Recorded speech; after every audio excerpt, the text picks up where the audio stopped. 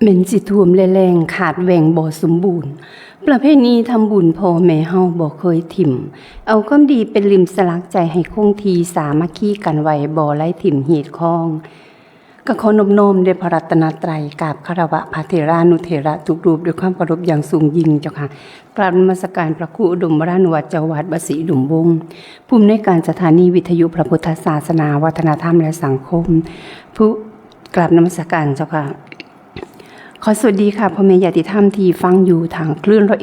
101.75เนาะค่ะทุกเส้นทุกสายค่ะที่ฟังอยู่ในขณะนี้มาพบกันในรายการธรรมะสวัสดีช่วงบ่ายๆเนาะค่ะช่วงบ่าย3ฮอด5 โมงแรงอีกคือเก่าเนาะค่ะในช่วงนี้ก็ขอสวัสดีเนาะค่ะสวัสดีปีใหม่อีกเนาะยังเว้าได้อยู่สวัสดีปีใหม่เพราะอยู่ในเดือนของช่วงมกราเนาะค่ะยังอยู่ในช่วงของเดือนมกราวันนี้มาพบกันให้แล้วกันธรรมสวัสดีค่ะสวัสดีกับธรรมะในช่วงของวันที่6แล้วค่ะวันที่6ค่ะวันอังคารที่6เนาะค่ะแรม3 ค่ำเดือน2 ปีมะเสงเนาะค่ะยังอยู่ในช่วงของต้นปีอยู่ยังอยู่ในช่วงของต้นปีค่ะวันที่6 มกราค่ะตรงกับวันอังคารเนาะค่ะเนาะเดือนแรม3 ค่ำเดือน2 ปีมะเสงเนาะค่ะ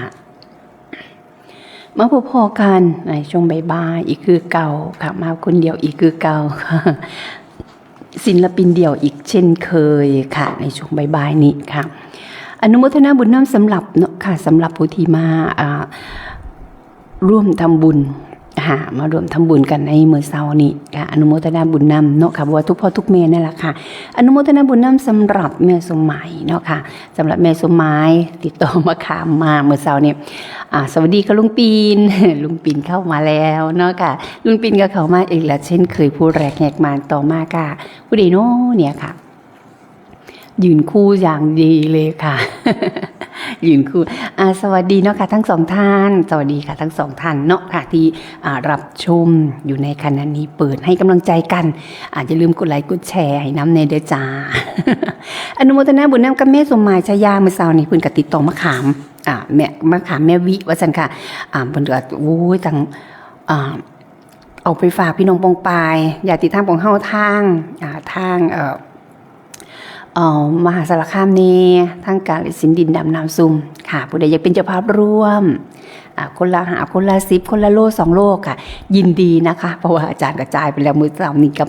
ทั้งหมดก็อยู่ที่300 กว่าโลเนาะค่ะ300 กว่าโลมื้อเช้านี้ก็ได้อนุโมทนาบุญนำเนาะค่ะสำหรับผู้ที่ติดต่อน่ะต้นทุน ต้นทุนเจ้าอาวาสนี่คือเก่าต้นคุณครูบาอาจารย์นี่คือเก่าบ่ได้อยากไปร่วมอยากร่วมเป็นบุญเป็นบุญหน่วยเป็นบุญเนาะค่ะเนาะมะขามเป็นมะขามเป็นข้อว่าค่ะเอามาอย่างงามเลยค่ะมื้อเช้านี้เพิ่นเอามาตั้งหลายเนาะค่ะเอาไปฝากพี่น้องป้องไปค่ะทางญาติธรรมของเฮาทางกาฬสินธุ์ดินน้ำซุมค่ะเฮาบ่มีข้าวไปฝากเพิ่นเนาะบ้านเฮาบ่ได้เฮ็ดข้าวค่ะเฮ็ดแต่อ้อยเฮ็ดยางเฮ็ดอ้อยเฮ็ดยางเฮ็ดมันเฮ็ดข้าวโพดค่ะแต่ว่าสิ่งที่เฮามีคือมะขามหวานเป็นเมืองมะขามหวานค่ะแม้จะไม่ใช่เพชรบูรณ์ แม้สิบ่แม่นเพชรบูรณ์ก็เป็นเมืองมะขามหวานค่ะเพราะว่าทางเฮาก็ทางช่วงนี้มะขามการกำลังออกดีค่ะกำลังออกเนาะค่ะกิโลละ100 บาทผู้ที่อยากเป็นเจ้าภาพร่วมก็ยินดีเนาะค่ะมื้อเช้าออกมาเนี่ยโอ้ยเห็นงามกระแทเอาว่าค่ะเต็มนึงเนาะค่ะอนุโมทนาบุญนำสำหรับผู้ที่เป็นเจ้าภาพค่ะบ่เจอภาพที่เป็นเจ้าภาพสำหรับเนาะค่ะเป็นเจ้าภาพธรรมสัญจรอันนี้เขาเปิดบุญก่อนเปิดบุญก่อนเนาะค่ะเนาะเปิดบุญก่อนสำหรับผู้ที่เพิ่นมาเป็นเจ้าภาพร่วมในการถ่ายทอดสดดำเนินการค่ะอนุโมทนาบุญนำเพิ่นก่อนเนาะค่ะอนุโมทนาบุญท่านแรกเนาะค่ะเนาะอนุโมทนาบุญท่านแรกค่ะในการดำเนินถ่ายทอดสดค่ะถ่ายทอดสดในช่วงของวันที่17 ถึง 18เนาะค่ะอนุโมทนาบุญก่อนผู้แรกแหกมานหรือว่าผู้นำผ้าค่ะเป็นต้นทุนกับพระครูอุดมวรานุวัตรกัน 1,000 บาทค่ะแม่บุญศรีทวิลาเนาะค่ะแม่บุญศรีทวิลาอีกกันหนึ่งก็500 บาทแม่ใบศรีเชียงสาบัลลาดเนาะค่ะอันนี้ก็500 บาทแม่อธิษฐานจากกรุงเทพมหานครกันนี้ก็500 บาทค่ะแม่บอมค่ะแม่บอมมาลิเกลเนาะค่ะอันนี้ก็300 บาทค่ะแม่ตอตูนแม่สำเนาเทวสัตว์เนาะค่ะทางนางัวค่ะ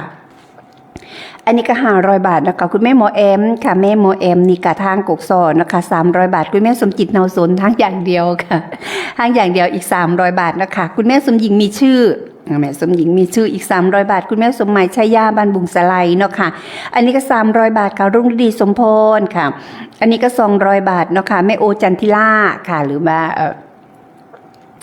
คุณแม่ประเพียรนะคะแม่ประเพียรจันทิล่าเนาะค่ะอันนี้ก็200 บาทค่ะ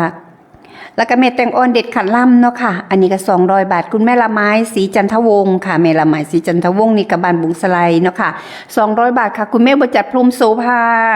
แม่บจัดพรมโสภาอีก200 บาทค่ะคุณแม่ทองสุนบริวารเนาะค่ะแม่ทองสุนบริวารนี่ก็อีก200 บาทเนาะค่ะแม่น้องนางน้องนกเจ้าหรือว่าแม่อรพินปลัดนูเนาะค่ะ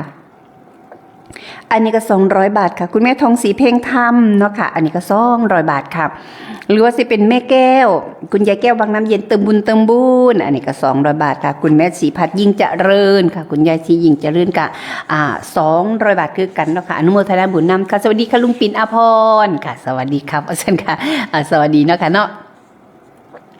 คุณแม่ชีเบญจวรรณค่ะแม่ชีเบญจวรรณศรีพลเมืองเนาะค่ะอันนี้ก็200 บาทค่ะแม่นี่ค่ะมินี่กวยแขกจำปีแม่นี่จำปีชัชวานนาออนเนาะค่ะอันนี้ก็200 บาทค่ะพระอาจารย์อันนี้ก็อาจารย์บุญยวัฒน์ค่ะอาจารย์บุญยวัฒน์ทาง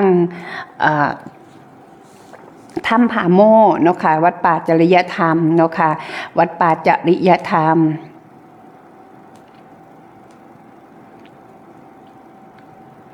ทางวัดป่าจิยธรรมกับ1,000 บาทค่ะคุณแม่วงมุนท่าเนาะค่ะ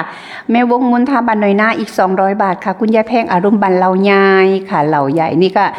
300 บาทค่ะอนุโมทนาบุญนำสำหรับคุณยายแพงอารมณ์เนาะค่ะโดยขน่อยว่าสังกาคุณแม่สมัครราชบัวศรีค่ะแม่สมัครราชบัวศรีก็200 บาทคุณยายกันสุวรรณโสนเนาะค่ะอันนี้ก็200 บาทค่ะคุณแม่หมอหนุ่ยบ้านโน้นฝักเลยเนาะค่ะบ้านโน้นฝักเลยนี่ก็200 บาทค่ะยายรักค่ะคุณยายศักค่ะแม่ศักบ้านลุ่มบ้านโน้นฝักเลยเนาะค่ะเนาะอันนี้ก็200 บาทค่ะยายเนียมอาจภาษาบ้านศรีสงครามเนาะค่ะอันนี้ก็200 บาทนะแม่นางขันพี่ทักษริงคารทางบางเลิงเนาะค่ะเนาะอันนี้ก็300 บาทค่ะคุณแม่ภาวนาบุญชื่นบ้านบุงสไลเนาะค่ะอันนี้ก็300 บาทค่ะพระไกรสอนสุมโนค่ะดร.เจนเนาะค่ะเนาะวัดศรีอุดมวงศ์ค่ะอันนี้ก็500 บาทพระมังกรค่ะหลวงพี่มังกรเนาะค่ะเนาะปัญญาวชิโรวัดศรีอุดมวงศ์เนาะค่ะ300 บาทค่ะพระวิชัยอนาลโยค่ะวัดศรีอุดมวงศ์เนาะค่ะเนาะอันนี้ก็300 บาทค่ะพระอาทิตย์ธรรมธีโรค่ะวัดศรีอุดมวงศ์เนาะค่ะเนาะอันนี้ก็300 บาทค่ะหลวงตาจอมค่ะบ้านนาคุณเลิศเนาะค่ะอันนี้ก็300 บาทค่ะคุณแม่ค่ะแม่คำแพงศิลาใสค่ะแม่คำแพงศิลาใสกับจากนาคุณเลิศคือกันเนาะค่ะเนาะอันนี้ก็100 บาทค่ะคุณแม่ภาพคิริชีค่ะทางกกโซเนาะค่ะอันนี้ก็100 บาทค่ะคุณแม่บุญเจียงศรีสวัสดิ์เนาะค่ะอันนี้ก็100 บาทค่ะอนุโมทนาบุญนำกับแม่น้องดาวบัวบรรบุตรพรมทางกกโซเนาะค่ะ100 บาทค่ะคุณแม่ตุ๊กสีสร้อยทางกกโซพรมเนาะค่ะเนาะอีก100 บาทค่ะคุณแม่อ้อยทางนาคุณเลิศเนาะค่ะ100 บาทคุณแม่ทองคำทวิลาค่ะแม่ทองคำทวิลานี่ก็อีก200 บาทเนาะค่ะแม่นินผักมีทางหน้าหนองบงเนาะค่ะอันนี้ก็200 บาทคุณแม่ปลานอมประชุมอันนี้ก็จากวันเลยเนาะค่ะ300 บาทค่ะคุณยายน้อมกับคุณยายบุญจันทร์ค่ะคุณยายบุญจันทร์กับคุณตาสิทธิ์ค่ะคุณยายบุญจันทร์กับคุณตาสิทธิ์นี่ก็โอนแล้วสันขาทางบ้านทางมึงทางไดโนค่ะอันนี้ก็ทางมึงเลยบอกค่ะอันนี้ก็1,000 บาทค่ะน้องทอฝันค่ะน้องทอฝันนี่ก็200 บาทคุณยายชานค่ะจากจังหวัดเลยก็อันนี้ก็100 บาทเนาะค่ะเนาะคุณแม่ยุพาเพ็งศรีค่ะจังหวัดเลยเนาะค่ะอันนี้ก็100 บาทค่ะคุณแม่เสาหน้ามนตรีค่ะคุณแม่เสาหน้ามนตรีนี่ก็บ้านโน้นฝักเลยค่ะอันนี้ก็200 บาทค่ะแม่วาสนาปัญญาดีค่ะแม่วาสนาปัญญาดีเนาะค่ะเนาะอันนี้ก็300 บาทค่ะคุณแม่เพชร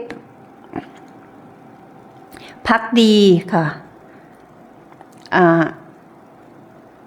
อันนี้หน้าน้องบงค่ะคุณแม่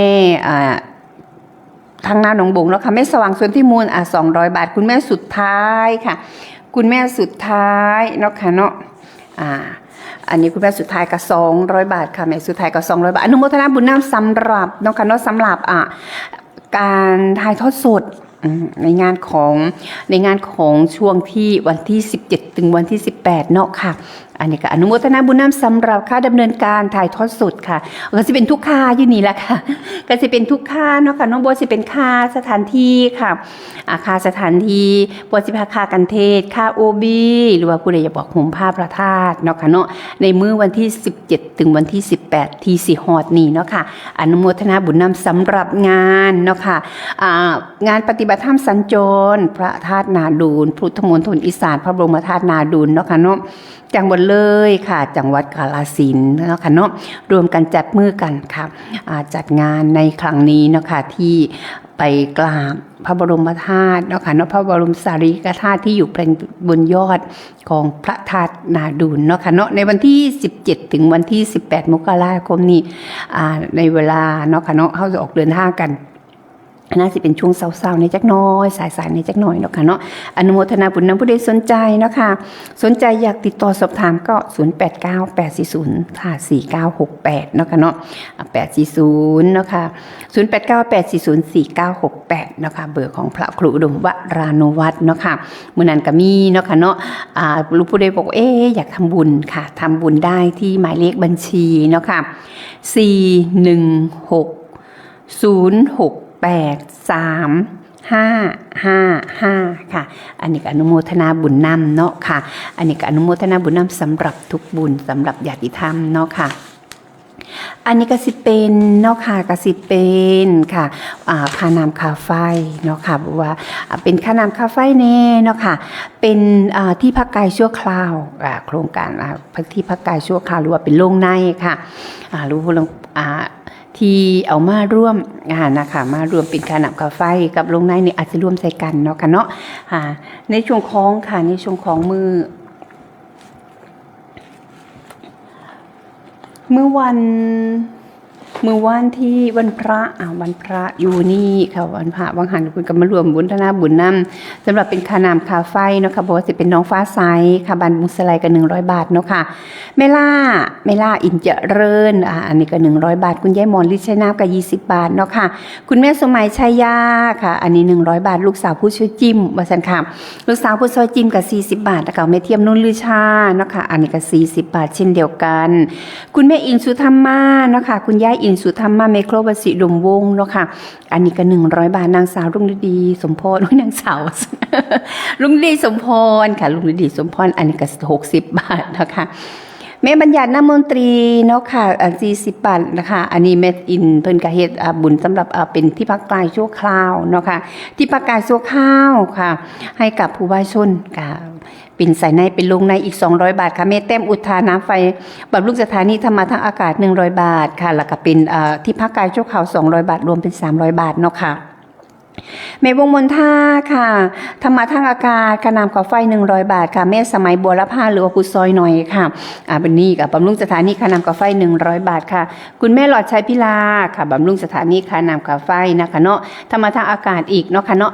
100 บาทค่ะราคาเป็นเนาะค่ะเป็น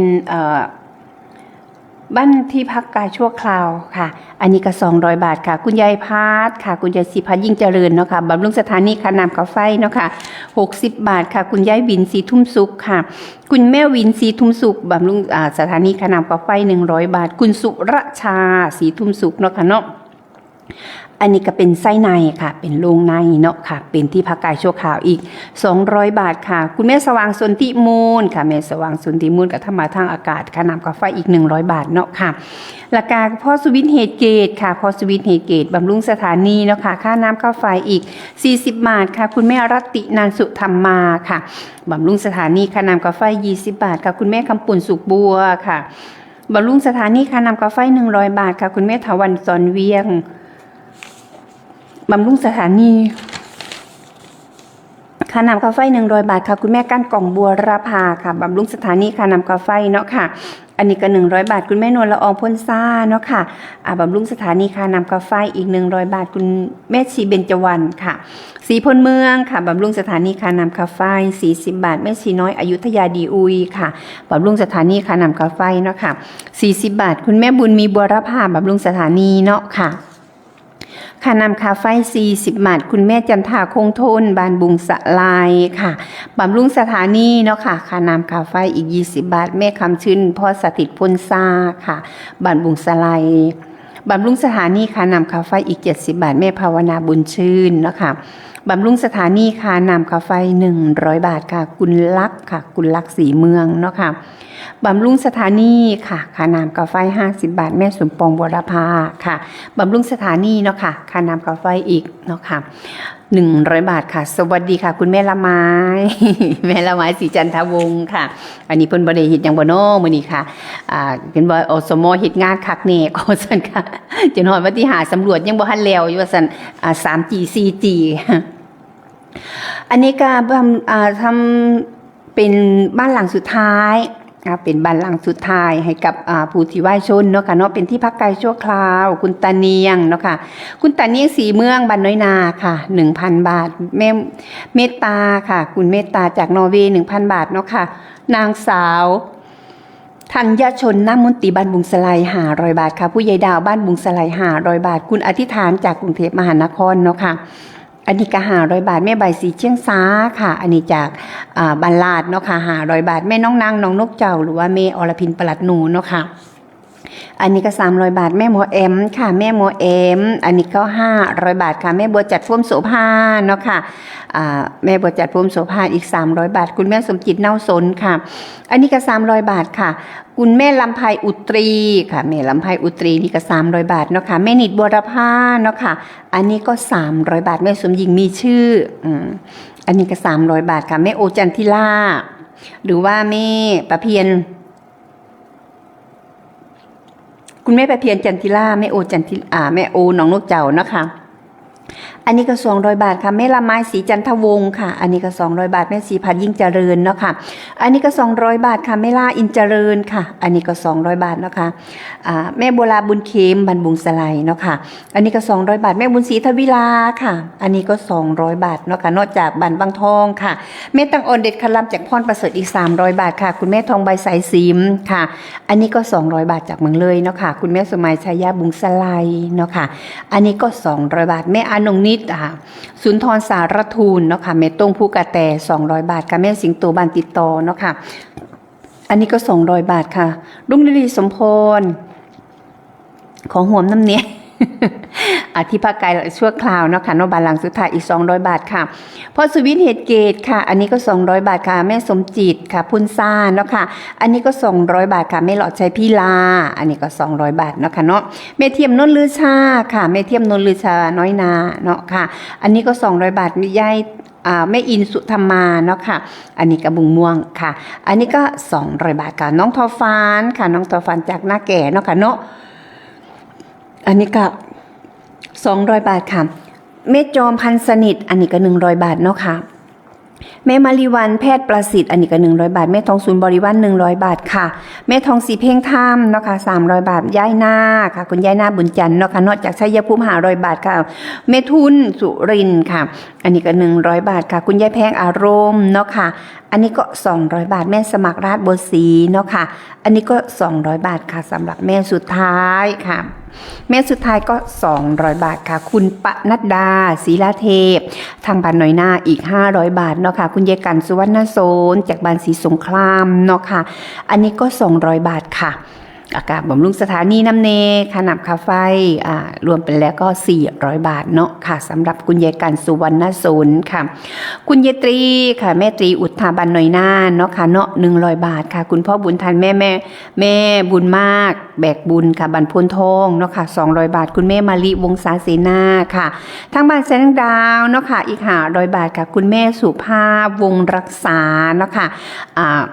บ้านน่ารักค่ะ100 บาทเนาะค่ะพ่อโต้ง จากทางหน้าหนองบุงเนาะค่ะ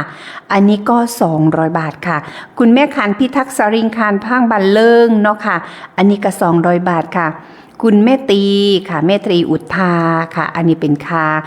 สำหรับเป็นบ้านหลังสุดท้ายเป็นใส่ในเป็นโรงศพเนาะค่ะ300 บาทค่ะแม่นินพักมีทั้งหน้าหนองบุงเนาะค่ะทั้งหน้าหนองบุงนี่กา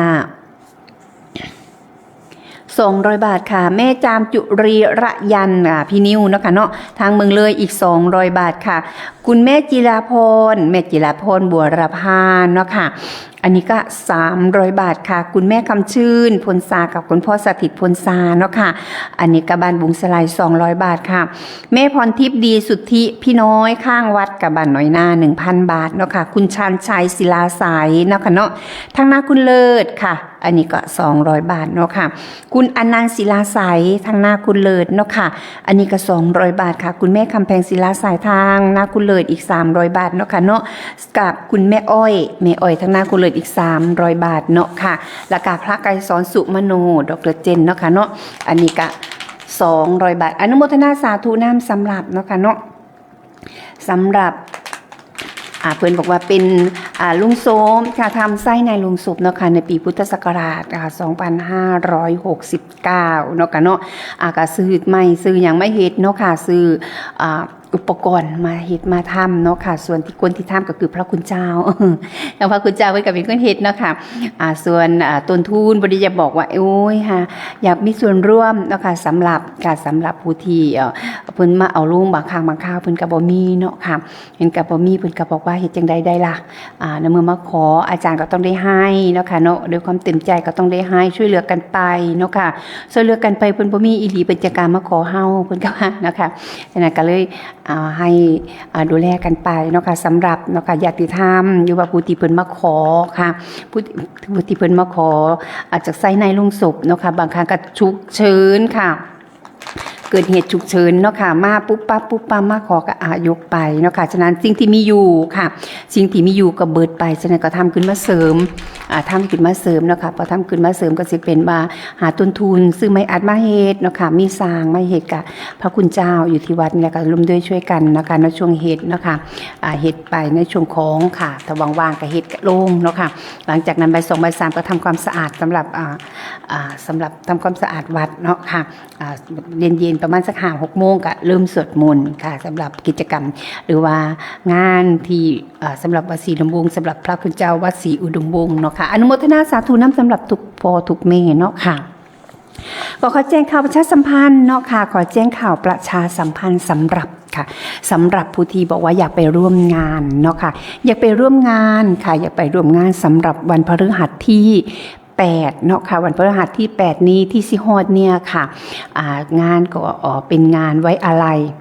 ดีเจสัมมปิเนาะค่ะดีเจสัมมปิที่เพิ่นมาซอยงานวัดศรีอุดมวงศ์เป็นประจำนั่นแหละค่ะผู้ใดที่เข้ามาในวัดในช่วงของงานเนาะค่ะบอกว่าสิเป็นงานบุญงานกฐินเน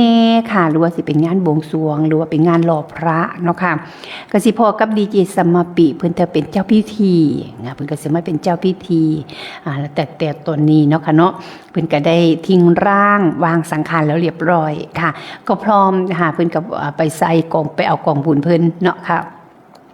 นั่นค่ะในวันที่8นี้ก็สิไปทรงสการไปทรงสการบ้านเฮาเอิ้นทรงสการเนาะเฮาก็สิไปรวมไว้อาลัยครั้งสุดท้าย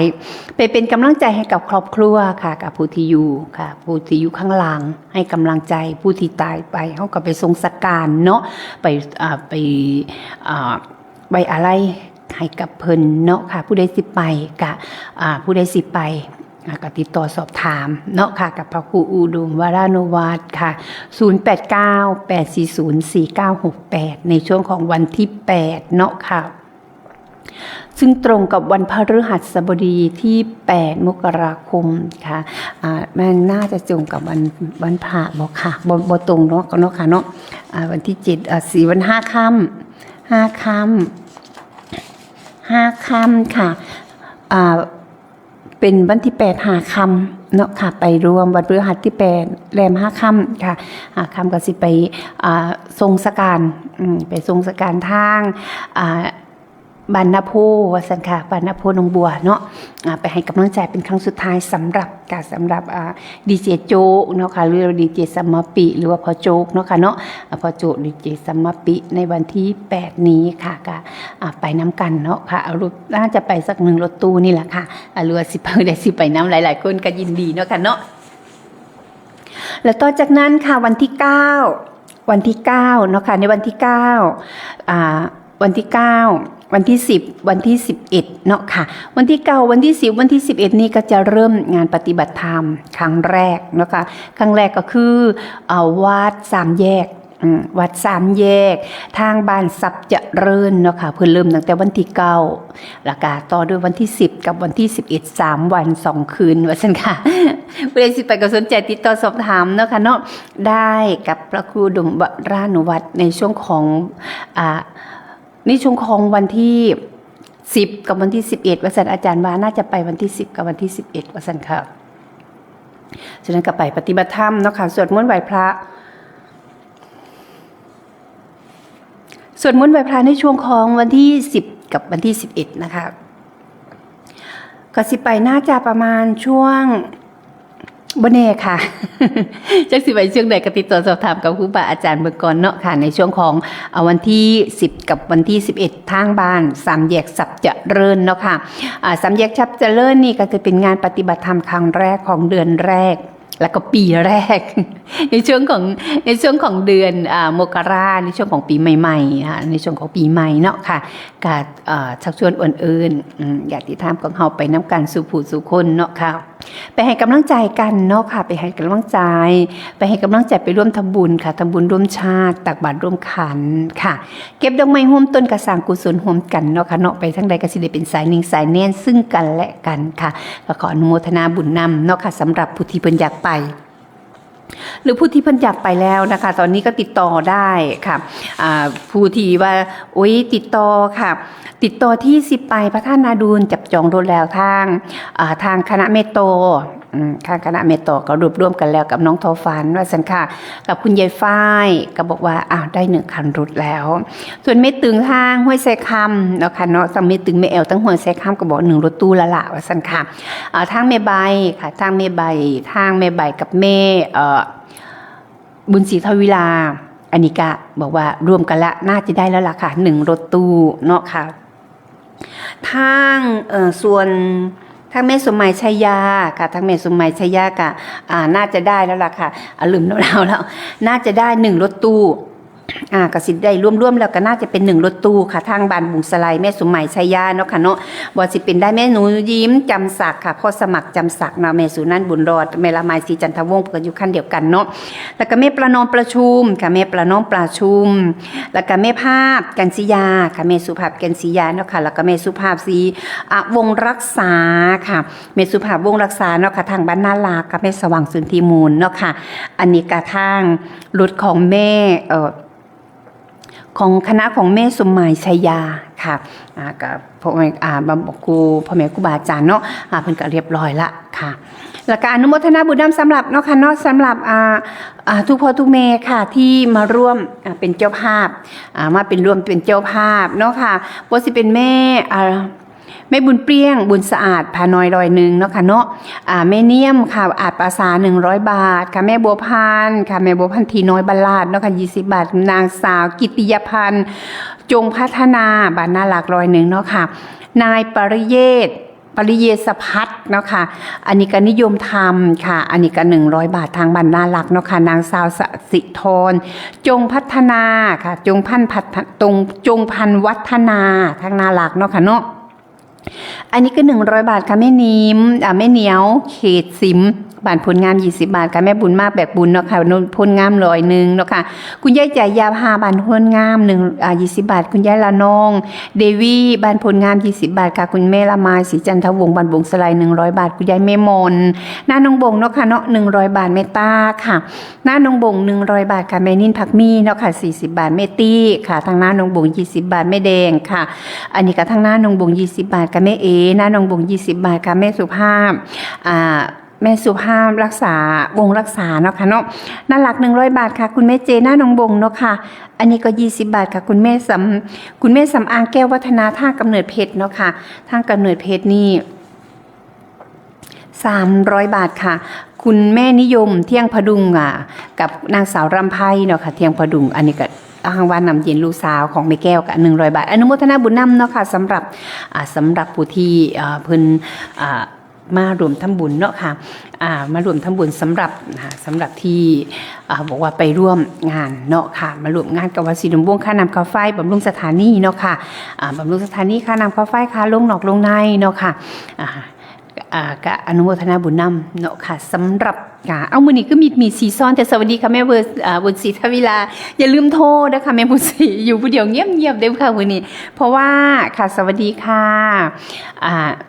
ฟังอยู่สันค่ะสวัสดีค่ะแม่บุญศรีทวิลาส่วนแม่ใบสีเจ้งสาวมื้อนี้แม่ใบบอกว่าแม่ใบบรรลัดเพราะว่ามื้อนี้แม่น่ะสิไปตัดอ้อยจะไปรำดาบว่าก็เอาไปขายกำลังใจพอหาต้นทุนหาทุนก่อนแม่สิหาทุนก่อนว่าซั่นค่ะคั่นไปบ่ครบทีม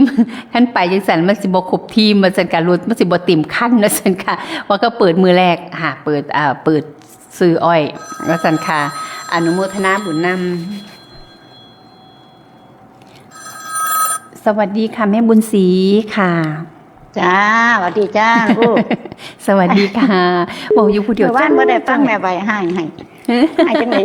หวานกระเดือวันนี้ก็ไปเล่นน้ำมูลูกหลานมาซุ่มลืมเวลาแต่ตัวมื้อนี้เพิ่นได้สั่งไว้โทรให้ได้เด้อมื้อนี้อย่าลืมเด้อค่ะเพิ่นไปตัดอ้อยแม่นมื้อนี้เพิ่นไปตัดอ้อยเพิ่นบอกว่าขอลา1 วันว่าซั่นค่ะสั่งอีกอยู่หั่นก็ได้ว่าบ่ลืมดอกมื้อนี้นะสิพยายามเบิ่งซะเนาะ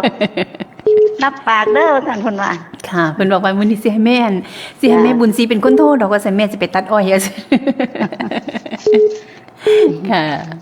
คนละบ้านก็สื่อสารกันอยู่ตลอดน้ำขึ้นนะพระอาจารย์ลุงแล้วก็บ่พากันนอนนี่ล่ะมันหยังเนี่ยอันหลานก็บ่ยอมนอนนี่แม่หนูอยู่แวะอยู่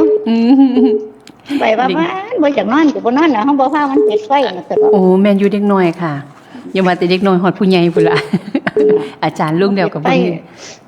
ปิดไฟปุ๊บมันหลับปั๊บแล้วมันดึกเนาะแม่นค่ะอุ๊ยอาจารย์ลุงก็ตั้ง 3-4 ทุ่มค่ะค่ะกินข้าวเท่าตีกินไก่ได้ยังแรงกินข้าวแรงไปหามหลานจักโมงค่ะแม่หามมาแล้วโอ้ค่ะหามมาแล้วมาสิแจ้วก็ได้ห่มผ้างามได้ซั่นดอกของต่างจากบรรลาดของขวัญปีใหม่จากแม่ใบค่ะเพิ่นบอกว่าให้สีชมพูกับสีฟ้าเอาหยังว่าซั่นของแท้ไฟเข็นเนาะโอ้ยงามเถอะค่ะอุ่นกว่าค่ะแม่เนี่ยอุ่น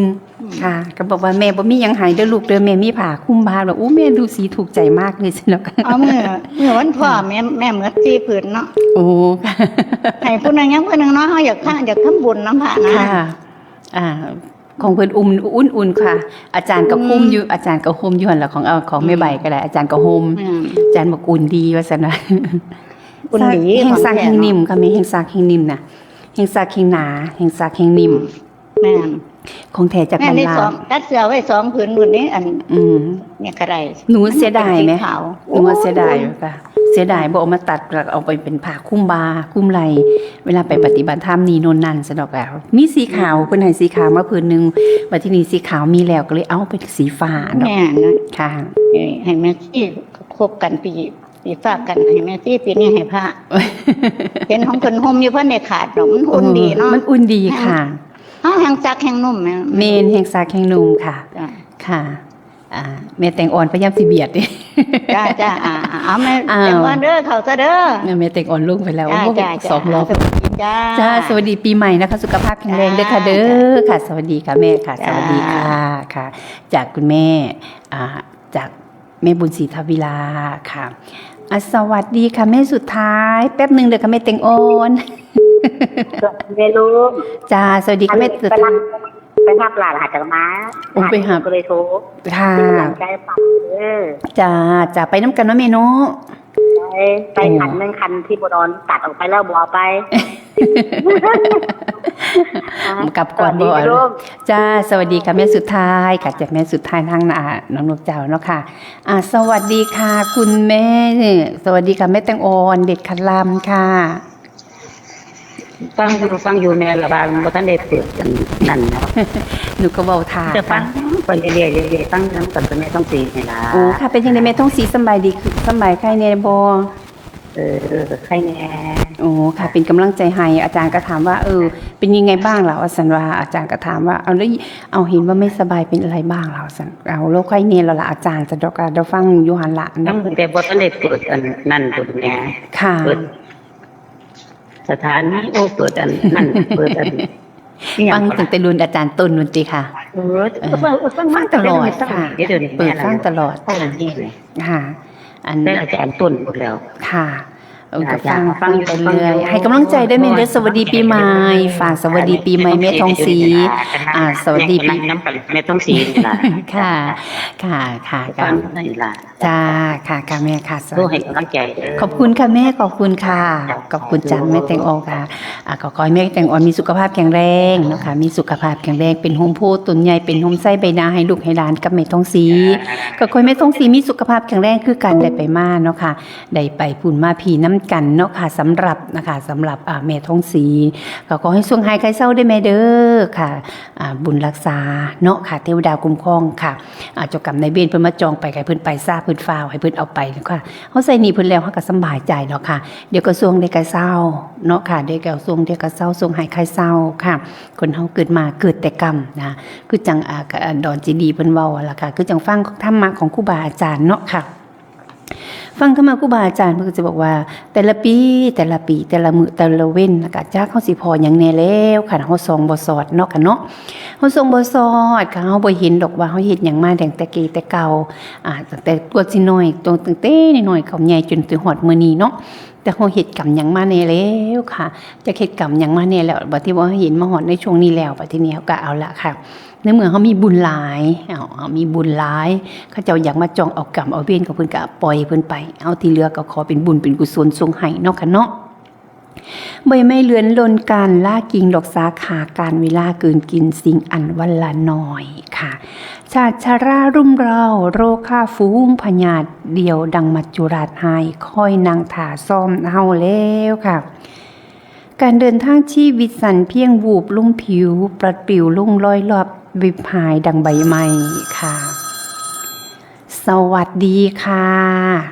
สวัสดีค่ะน้องลุง สวัสดีค่ะแม่อ้อย เมื่อวานนี้ก็ยังว่าอันนางอ้อยนะฮอดบ่เอาโทรอันนั้นวิทยุมาให้แม่ วิทยุอยู่บ้านเลยบ่ได้โทร อันแม่ค่ะหนูเดี๋ยวเว้ากันเดี๋ยวหนูสิลืมหลวงตาจอมนี่เพิ่นอยู่วัดใดคะแม่ โอ้ก็วัดป่านายเลือกก็เขียนไว้บ่แม่นติหรืออย่าลืมก็ อันหนูเขียนแต่ว่าอันบ้านนาอีเลิศว่าซั่นว่าเดี๋ยวเขียนว่าวัด วั ป่า ดป่านายเลือดเฮานี่แหละ วัดป่านาอีเลิศอาจารย์บอกว่าเอ้าหลวงตาจอมกับยายจอมเอ้าพอดีหนูเขียนว่าติดกันเนาะยายจอมกับหลวงตาจอมอาจารย์บอกว่าหนูเขียนซ้ำว่าซั่นค่ะวัดป่านาคุณเลิศค่ะวัดป่านาคุณเลิศเนาะค่ะ จ้าประเทศบุญหลวงศพ ค่ะ 200แล้วก็ค่าน้ำค่าไฟ2แล้วก็ไปพระธาตุนาดุล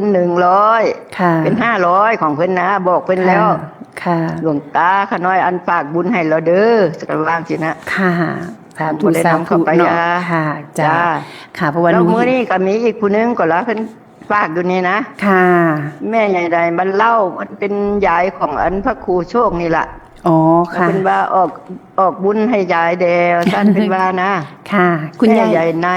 แม่ 100 บาท แม่ใหญ่ใน ทำโรงศพ ค่ะ จ้า แม่ใหญ่ในเนาะค่ะเนาะ100 บาท บ่รู้จักน้ำสกุลเพิ่น ค่ะบ่เป็นหยังค่ะ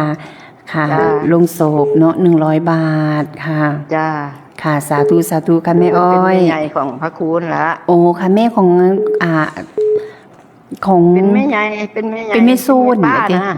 แม่นบ่ จะ ค่ะ เป็นแม่ป้ากับว่าแม่น เป็นแม่ป้าของมหาโชคเนาะค่ะ ค่ะ ค่ะสาธุอนุโมทนาบุญนำค่ะ ได้ยินว่าใหญ่อ้อยเห็นแล้วเพิ่นก็อยากเฮ็ดน้ำ เอาเป็นต้นทุนให้ผู้ใดผู้ที่เพิ่นรวมเสียหายตายเสียจากบ่มีโรงเพิ่นก็มาอ้าวแม่ค่ะเบิด สะพา ค่ะ นบุญให้แม่เด้ท่านเป็นว่าได้อยู่ดอกยาย ได้ค่ะสาธุโมทนาบุญนำนะแม่อ้อยมื้อนี้ไปใส่นี่มื้อนี้ไปใส่ไปหาไป อยู่นานี่ล่ะอยู่ หน้านอกหรือหน้าใน นานอกนาโรงเรียนใช่ หน้าโรงเรียนเฮ็ดอีหยังปลูกติค่ะ ปลูกหรือโหดนี่ กำลังปลูก ปลูกหยังแม่ ปลูกแตงปลูกมะอือ โอ้สิถากินซั่น ปลูกหมักหน้ามากอย่างก็ปลูกเบิดอันส่วนในพุ่นนั้น เออ มันเป็นหน่วยแล้วอันนั้นนะ แม่นบ่ค่ะ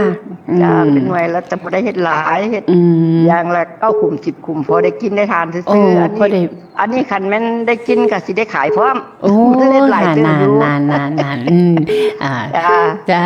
นั่นออกนาใน แต่บางทีได้กินหรือบ่ได้กินก็ยังบ่ทันได้รู้เที่ยมันกำลังเริ่มปลูกเนาะ เป็นเมแตงอ่อนบอกว่าบ่ได้เฮ็ดขายดอกเฮ็ดใส่บาตรเฮ็ดบุญอย่างเดียว แม่นอันอยู่ส่วนไหนมันเฮ็ดบุญอย่างเดียว เฮ็ดบุญอย่างเดียว ปลูก ค่ะ มา จ้า ปัดบุญนำอยู่กันละ ค่ะ บุญละ5ละ10ก็พอได้ อืม แก้อยู่ พอได้เป็น บ่ได้ ค่า หลายหรอก น้ำมันไปหุดผักอยู่เนาะ ได้ค่ะ จ้า บ่ได้ใช้น้ำมันหดถังน้ำมันใช้ไฟฟ้า เอาค่ะ ใช้ได้ไฟฟ้า โอ้ค่ะจ้า ค่ะใส่ค่าไฟไปซื้อ จ้า ๆบ่ได้ใส่ จ้า เครื่องสูบหรอก จ้าจ้า จะอันอยู่บ้านที่เอาน้ำประปา อืม อยู่ส่วน ค่ะ บ้านนะ โอ้ค่ะอยู่นำปะปะ น้ำประปาก็โอ้300กว่าบาทพุ่นเด้อเดือนหนึงก็ได้ โอ้ว่าแล้วอยู่นี่แฮงค่าน้ำค่าไฟของอาจารย์ว่าหันนั้นสิให้สิงโตไปค่าน้ำ10,000กว่าบา ทุเรีย ท นให้เขาพร้อมดี อืมค่ะ ยายหดทุเรียนพร้อม โอ้ค่ะ จ้ะ โอ้ยเฮ็ดจังได๋จะได้ใส่ค่าน้ำถือคือจังคือจังแม่เนาะ จ้าอนุโมทนาบุญน้ำค่ะแม่อ้อย อนุโมทนาบุญน้ำกับสะพานบุญค่ะ ฟังอยู่ค่ะ จ้าจ้าสาธุสาธุแม่สมัยโทรมาใหม่เนาะค่ะเนาะจ้าสวัสดีค่ะ สุขภาพแข็งแรงสวัสดีปีใหม่เด้อค่ะยายอ้อยค่ะขอให้แม่อ้อยมีสุขภาพแข็งแรงค่ะโทรมาใหม่เนาะค่ะ แม่สมัยโทรมาใหม่ค่ะโทรมาใหม่เนาะค่ะวังหันแม่สมัยก็เบียดบ่ลุงค่ะสวัสดีค่ะ สวัสดีค่ะ สวัสดีค่ะ จ้า โอ้สวัสดีค่ะแม่ แม่ทิพย์สับไปเลิศด้วยจ้า จ้าสวัสดีค่ะแม่ตีนสวัสดีปีใหม่จ้า ตั้งใจ อื้อหือเอาเอิ้นพี่น้องปงไปเฮาไปให้ไปงานแม่นะคะ จ้า จ้า อยากจะทำใคร จ้า มากเลยปฏิบัติข้ามบ้านสับจะเลิศเด้อจ้า จ้า แม่แต่งอ่อนเราหันนี่เด้อจ้า เราเม็ดแต่งอ่อนก่อนเม็ดแต่งอ่อนอันนางรถไฟฟ้าจ้า จ้าต้มกำไรตั้งใจเด้อน้องลุงเด้อ จ้าค่ะแม่ติ๋มค่ะค่ะ สวัสดีจ้า ค่ะ สวัสดีค่ะ สวัสดีปีใหม่สุขภาพแข็งแรงด้วยค่ะเด้อทางแม่ติ๋มทางสับจะเลื่อนก็ได้ทางบ้านเดียวกันพุ่นละค่ะทางบ้านเดียวกันกับถ้าออกไปทางทาสวรรค์เลี้ยวซ้ายเอาทางวัดเทพนิมิตรกับเมนทางบ้านแม่ติ๋มถ้าตรงลงไปทางหน้าดวงวัดป่าจริยธรรมก็เป็นบ้านภูขา บ้านรุ่งได้ดี ก็เอาไปทั้งบุญละค่ะเอาไปให้กำลังใจน้ำกันเนาะค่ะวันที่10วันที่11ค่ะอาจารย์วสิภาไปวันที่10วันที่11ค่ะไปฟังเทศน์ไปสวดมนต์ค่ะไปสวดมนต์ไปอาราธนาธรรมดีๆไปอาราธนาธรรมไปขอพรค่ะไปอธิษฐานจิตเนาะค่ะเนาะไปอธิษฐานจิตน้ำกันค่ะสร้างคุณงามความดีตั้งแต่เริ่มต้นในวันที่10วันที่11เนาะค่ะเนาะวันที่10วันที่11เป็นการปฏิบัติธรรมเริ่มต้นออเดิร์ฟบ้านเฮาก่อนค่ะก่อนสิไปทางไกลเนาะค่ะก่อนสิไปทางไกลไทยทงให้ไม่พร้อมเฮาก็เอานี่ก่อนเนาะค่ะทางบ้านทรัพย์เจริญค่ะวันที่10วันที่11เนี่ยค่ะไปรวมปฏิบัติธรรมประพฤติปฏิบัติธรรมร่วมกันเนาะค่ะ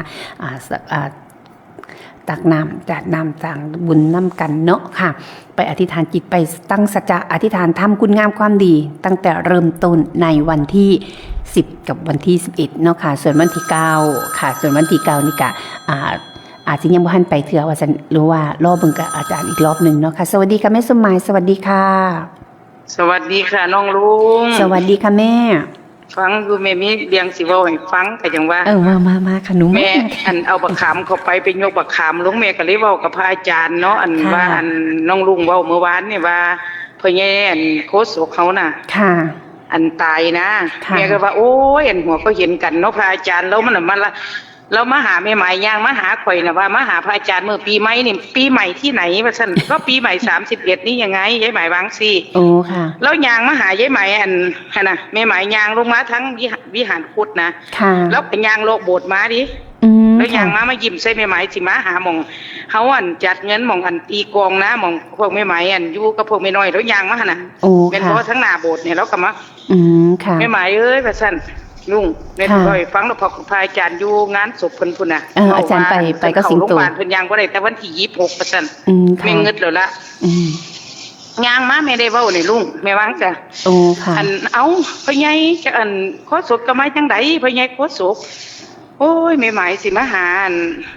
อันพระอาจารย์เฮานี่ล่ะว่าสิมาบอกว่าอยากไปพระธาตุนะดุลน้ำหังคือสิบ่ไหวแล้วล่ะว่าซั่น ค่ะ อันบ่สบายหลายว่าซั่นคือสิบ่ไหวแล้วล่ะว่าซั่นเอ้าจะมากับไผมาผู้เดียวว่าซั่นก็เว้ากันเนี่ยลุงแล้วย่างแล้วสิไปหาพ่ออาจารย์หรือยังอันไปหาพระอาจารย์หรือยังบ่พ่อเพิ่นเที่ยว่าซั่นก็ย่างไปทั้งหันก็ย่างมาทั้งอัน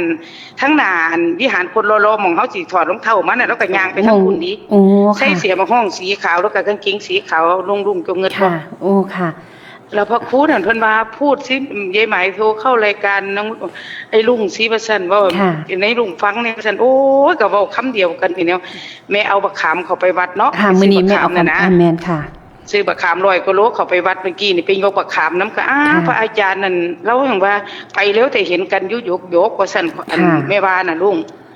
เห็นกันอยู่ยกอันมื้อนั้นเพิ่นก็ยังมาอยู่อดรถอัน3อันเพิ่นมาวันไหนว่าซั่นพระอาจารย์ก็ปีใหม่นี่ไงแม่ก็วางสิแล้วแม่ก็เลี้ยวไปเนาะ ค่ะ แล้วเพิ่นไปถามญาติพี่น้องทั้งนั้นพี่น้องเพิ่นพ่อลุงว่า ค่ะ เพิ่นเข้าโรงพยาบาลตั้งวันที่26ซั่นลุง ค่ะ เอามาเว้าให้แม่เงินแต่แม่เว้านำแล้วก็เว้าดีๆแล้วก็ยิ้มนี่ก็หังสีหน้าแล้วเศร้าๆนี่ๆนะ ค่ะ แล้วบอกกับแม่แล้วเจ้ามากับไผเนี่ยตาเพิ่นว่าสิเจ้ามากับผู้ใดมาผู้เดียวว่าซั่น ค่ะ เราเมียเพิ่นว่าคือแม่นแม่อันทั้งเพิ่นน่ะเว้าพี่น้องเพิ่นคือแม่นเมียเพิ่นบ่เว้ากับพระอาจารย์อยู่ตอนนี้ว่า อันเราเว้าอยู่เสมอว่าอยากไปวัดศรีอุดมวงศ์ว่าซั่นลุง ค่ะ เราแม่นคิดแล้วมายังสิได้เว้ากันปานนั้นเนาะ ค่ะ อันโลกะอันได้ไล่กับหนูยังได้คุยกับหนูอยู่ในก่อนปีใหม่นะนี่ได้คุยกับหนูอยู่ก่อนอันไล่ อันนั้นก็ยังว่าหลายเนี่ยอันแม่ได้เว้ากับโตคนนี่บ่ลุงเดี๋ยวบอกคนเป็นเนี่ยเนาะแม่เนาะ ก็เว้ากับโตคนเป็นโตเป็นตนเนี่ย ยังหมดแรง แล้วเพิ่นว่าเรานั่นนอนนั่นเข้าโรงพยาบาลแน่แต่วันที่26ว่าซั่นก็เหลียเสียมื้อปีใหม่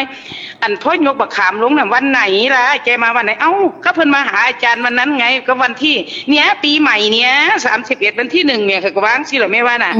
ค่ะ เอ้ยว่าซั่นแล้วว่าน่ะ โอ้ ลองพูดให้ลุงฟังสิว่าซั่นโทรเข้ารายการสิว่าซั่นแล้วอยู่พุ่นน่ะตอนเนี้ย ค่ะ เอาแม่เสียบอเนี่ยแกยังไลน์คุยกับหนูวันที่31ไอ้วันที่2น่ะแกยังไลน์คุยกับหนูอยู่เลยนี่แกยังคุยกับหนูอยู่นี่แกยังไลน์กับหนูอยู่นี่วันที่2เนี่ยแกไลน์มาเองสัมวันที่20 แล้วไล่มาเองน่ะแล้วเว้าบ่ได้แล้วนอนเนี่ยถ้าโดนแล้วว่าซั่น เนี่ยเราไล่มาเอง ว่าซั่นลุง แกคุยกับหนูตั้งแต่วันที่20ถึง24แกบอกว่าแกจะเข้าโรงพยาบาลแกเข้าโรงพยาบาลเตรียมตัวเข้าเคมีบำบัดอาจารย์อันเพิ่นเล่าก็ว่าเนาะโอ้ยสิไปน้ำยูสิไปน้ำยูเต็มพอสิไหวบ่ ใน บ่ ย่าง สั่น มานั่นเอ้าเพิ่นคือนางตากแดดลูกค้าน่ะอันบ่นางข้างถึงพี่ก็ได้เด้อจ้าอันแล้วน้องลุงอันเพิ่นย่างมาเป็นสีลอยๆนะเอาแล้วมากับไผตาจะมากับไผโอ้ยแม่หมายเอ้ยว่าซั่นอันคือสิบ่ไหวแล้วล่ะว่าซั่นว่าเมียหลายว่าซั่นอันอยากไปพระธาตุนะดุลก็สิบุญอันสิฮอดบ่หังเมียหลายว่าซั่นว่าน่ะย่างแล้วพ่อพระอาจารย์หรือยังน่ะตาซั่นบ่ทันได้พ่อเที่ยว่าซั่นบ่เห็นเพิ่นเที่ยเนี่ยว่าซั่นลุงก็ได้ถามกับโตกับตน เนาะ เว้ย อันนี้บอกว่าจิตตะพูด อาจารย์ว่าเพิ่นพี่น้องเพิ่นว่าเข้าโรงพยาบาลแต่26เว้าบ่ได้นะ ค่ะ อันนี้แกยังอันวันที่20 24แกยังบอกไลน์ฮะหนูเนาะมันบอกว่า แล้วบัดนี้เจ้าต้องมาเผาเพิ่นเด้อว่าซั่นพระอาจารย์โอ้ตาเอ้ยเจ้ามาบอกมาเราข่อยปานนั้นข่อยสิไปเผาเจ้าอยู่ดอกเด้อว่า ไปทรงสการเนาะไปทรงสุดท้ายไป ไป ไว้ ส่ อะ ง ไร สการไปทำบุญกินทานหาอยู่ดอกก็วางสิแล้วบอกให้พระอาจารย์เด้อเห็นดอกแม่หมายสิไปอยู่แล้วแห่งเอิ้นข่อยดีเนาะ แมน แล้วแห่งเอิ้นข่อยดี แม่สมหมายชัยยายี่ปัวลอตเตอรี่อยู่หั่นน่ะเบิดคืนอันเอิ้นอยู่นะ ยังบอกโอ้ ฉลองโหดนะ อันยังบอก เอา กัน ฟังอยู่พี่น้องเพิ่นก็ฟังเฮาอยู่เด้อน้องลุงเนี่ย จ้า เราออกรายการเพิ่นก็ฟังน้องลุงอยู่ ค่ะ โอ้ยว่าคนลุกเงือด เนาะ ยาย อันบางครั้ง สิไปอยู่เด้อตาเด้อสิไปอยู่ สัญญาใจ บ่ยากดอกยากเพิ่นก็สิไปคือเก่าสิไป สัญญาใจ ส่งอยู่ดอก สัญญาใจ ไปสุคติสตาเอ้ยไปทวธาตุนาดุลพุ่นน่ะไปน้ำกัน ไปเอาบุญน้ำกันอีก ไปที่ไปหม่องที่ชอบไปหม่องสุขสบายพุ่นเด้อตาเอ้ยก็อันแสดงความอาลัยนำเด้อคุณยายคุณแม่บ้านเพิ่นก็ได้เนาะสิไปอยู่ ค่ะ เอาสวัสดีน้องลุง ค่ะสวัสดีค่ะแม่ค่ะ สวัสดีค่ะ จากแม่สมหมายชัยยาเนาะค่ะจากประสบการณ์ตรง ประสบการณ์ตรงค่ะ ความตายนี่อันแควนคอตุบัดอย่างเนาะไผกับแควนอันตนเสมอดำดอกดังกันความตายนี่มันก็บ่ได้ทิมแล้วค่ะบ่ว่าสิเป็นไผก็ตามสาไม่แต่พระพุทธองค์เพิ่นก็ยังปรินิพพานค่ะแต่ว่าพอโจอะค่ะเพิ่นก็เฮ็ดบุญมาหลาย ค่ะงานได้งานใดประทับใจทุกงานเลยล่ะค่ะที่เพิ่นมาร่วมงานร่วมด้วยช่วยกันว่าสิเป็นงานว่าสีดมวงย่ำใดเพิ่นมาย่ำใดก็เอาแล้วค่ะเรียนพักไวเนาะหาลังเทียก็เอานั่นในลุงเอานี่ในลุงจังซี่ค่ะก็ค่อนข้างสนิทกันพอสมควรอยู่ค่ะกับค่อนข้างที่จะสนิทกันพอประมาณหนึ่งอยู่สวัสดีค่ะสวัสดีปีใหม่นะคะกับการติดแปะ สวัสดีปีใหม่น้องลูก สวัสดีปีใหม่ค่ะแม่ จำเสียงได้บ่ ผู้ใดเนาะบัดทีนี้ นานเหลือเกิน แม่ต้องสีจ้า โอ้แม่ท้องสีเอาเสียงดีแล้วก่อนแม่ เสียงกำลังสิใสแน่ก็บางครั้งก็แหบลังเทีก็ใส ค่ะเป็นจังได๋ ตั้งอยู่ โอ้เนี่ยจำได้แล้วบัดทีนี้ค่ะเป็นยังไงแม่ไก่ดีแล้วเนาะหมอไปหาหมอเนาะบุญหลายสายยาว ใครแน่ล่ะแกงแกล้งกับว่าทั้งแน่กันได โอ้ค่ะได้เมื่อยบ่แม่ค่ะ อันยางก็แน่กันเมื่อยแน่ ค่ะ อยู่แตะบ้านนี่ล่ะ ค่ะทิศ ตั้งอยู่ให้กำลังใจเลย ให้กำลังใจแม่คือกันสวัสดีปีใหม่น้ำกันเนาะค่ะลูกให้ใครเจ็บทรงหายใครเศร้าได้แม่เด้อ ค่ะ จ้าขอให้ทรงหายใครเศร้าเฮามีหลายเจ้าของเจ้ากรรมนายเวรเขาก็สิมาลวงเอาเนาะแม่เนาะจะเขาเฮ็ดหยังเขาไว้แล้วคือจังอาจารย์สมภพเพิ่นเว้าแล้วเนาะแม่เนาะค่ะที่ของความหายให้ดีไปที่เหลือไว้แต่ความสุขภาพแข็งแรงค่ะแม่จ้าอยู่เป็นโฮมผู้ใบในโฮมไส้ใบนาให้ลูกให้หลานเนาะเป็นกำลังใจให้ลูกให้หลานค่ะก็ยังดีอยู่ดอกค่ะลูกหลานดูแลดีให้กำลังใจดีอยู่ค่ะสำหรับแม่ทองศรีค่ะแม่ทองศรีเพ่งธรรมให้กำลังใจเนาะค่ะสำหรับแม่ทองศรีเพ่งธรรมค่ะสวัสดีค่ะบริการประชาชนค่ะสวัสดีค่ะแม่น้องนางสวัสดีค่ะ จ้าคำว่าสวัสดีปีใหม่จ้า สวัสดีปีใหม่ค่ะ จ้าปีใหม่มาให้เรียกก็ให้สิ่งดีๆเข้ามาหาชีวิตของเฮาก็ให้มันจะความสุขความเจริญ เอาซะถูกค่ะ อืม ความเจ็บใดๆความไข่อย่ามีเนาะแม่เนาะ แม่นจ้า ค่ะ แต่กันมีสุขภาพยังไงแต่ว่ามันไข่กว่าที่ใต้นะพระจันทร์เว้าเมื่อฟังบ่ทันเมื่อ อันดีเจซัมเมอร์ปีผู้ที่เพิ่นมาเป็นโฆษกไว้รายการมาเป็นอันประชาสัมพันธ์งานบุญไว้วัดศรีลมบุงเฮาจ้า จ้าขอแสดงความไว้อะไรนำเพิ่นเด้อ จ้า เพิ่นกับครอบครัวเพิ่นเด้ ค่ะ เนาะ จ้าวันนี้อาจารย์ก็ไปพุ่นละ จ้า ค่ะ วันพฤหัสค่ะสิไปทรงสการไม่ได้สิไป วันพฤหัสค่ะวันที่8วันพฤหัสนี่สิไปทรงสการค่ะสิไปเอาไว้อะไรจะไปเผาไปเผาวันเฮาว่าไปทรงสการ ให้ไม่กันร้อยเด้อทำบุญ ได้ค่ะได้ค่ะแม่น้องนางเนาะ ก็ไปหรอก ค่ะจ้าสาธุค่ะ น้องลุงรายจานนะ ไปน้ำกันค่ะ อยู่วัดกันน่าสิไปกันหมดค่ะ เดี๋ยวจะเอาให้น้องลุงกันแล้วกันนะ ค่ะ แล้วน้องลุงออกกันแม่เลย ได้ค่ะ ค่ะทำบุญ คนจะให้น้องอันแม่โอ้เราขอจะฝากแล้วพระอาจารย์ ได้ค่ะได้ค่ะอันนี้ไปน้ำเพิ่นแดว่าเพิ่นเป็นปากเป็นเสียงให้พระอาจารย์นั้นรุ่นอย่างก็เบิดได้เนาะ เมนค่ะเมนโอ้ขนาดว่า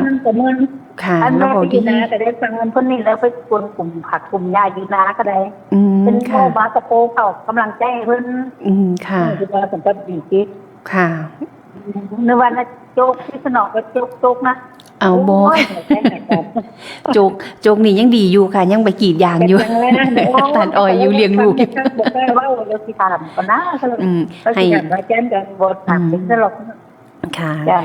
ดีเจสมปี เป็นไปสู่ภพภูมิที่ดีเด้อเป็นทางเสียงไปเป็นไปสู่ภพภูมิที่ดีที่เป็นอะไรพุ่นนะ ค่ะ เฮ็ดดีไรมันจะไปพ่อแต่สิ่งดีๆหรอกได้ก็ได้นะ ค่ะ เว้าดีเว้ามวล ค่ะ มีการงานถ้าได้ก็ดีมาว่า ค่ะ ขึ้นข่าวดีเนาะผมไปทานก็ได้เป็นกับมาทานก็ได้ แม่นอยู่ค่ะเพิ่นก็ห้าว ก็ไปการนั้นโพสต์สุขวัดศรีลมวงนั้นงานได้แล้วมีแต่ดีๆแล้วมันก็เป็นแต่อยากทานเนาะผลก็ แม่นค่ะแม่นค่ะ เงินไม่ใช่ผู้มาช่วยเพิ่นอาจารย์ก็ ค่ะ ได้ ค่ะ งานเฮ็ดหยังก็ได้เพิ่นไปดีขอ ค่ะไปดี เพิ่นเว้านำขอ เอาปีนั้นเราก็จนว่าคุยกันอยู่เนาะปีนี้สิไปน้ำยัวดอกกระถาหน้าดูนเนาะก็นัดกันอย่างดีเด้อนัดกันอย่างดีไปทางใดก็ไปท่านี้แล้วขอตลอดว่า แม่นอยู่ รู้สึกใจว่านี่คือตลอด ค่ะ ไอ้ก็ดีคือกันนั่นแหละก็คิดอันดีเหมือนเป็นมาเฮ็ดงานให้พระอาจารย์เนาะเด็กเนาะ แม่นค่ะแม่น โอ้เป็น ฝากเป็นเสียงแทนพ่อแม่ครูบาอาจารย์เฮาก็ดีใจนะเพิ่นมีการงานเพิ่นเอิ้นมากันมาเห็นไหม ค่ะถึงงานบวงสรวงเนาะอ่า แม่น โอ้แม่นเบิดค่ะ แม่นโอ้มาเสียไปเล็กน้อยไปเทโนก็ถึงว่านะแล้วค่าอะไรวะ ลุ้นควรไปเนาะค่ะความตายนี่ก็ ลุ้นควรไป ค่ะ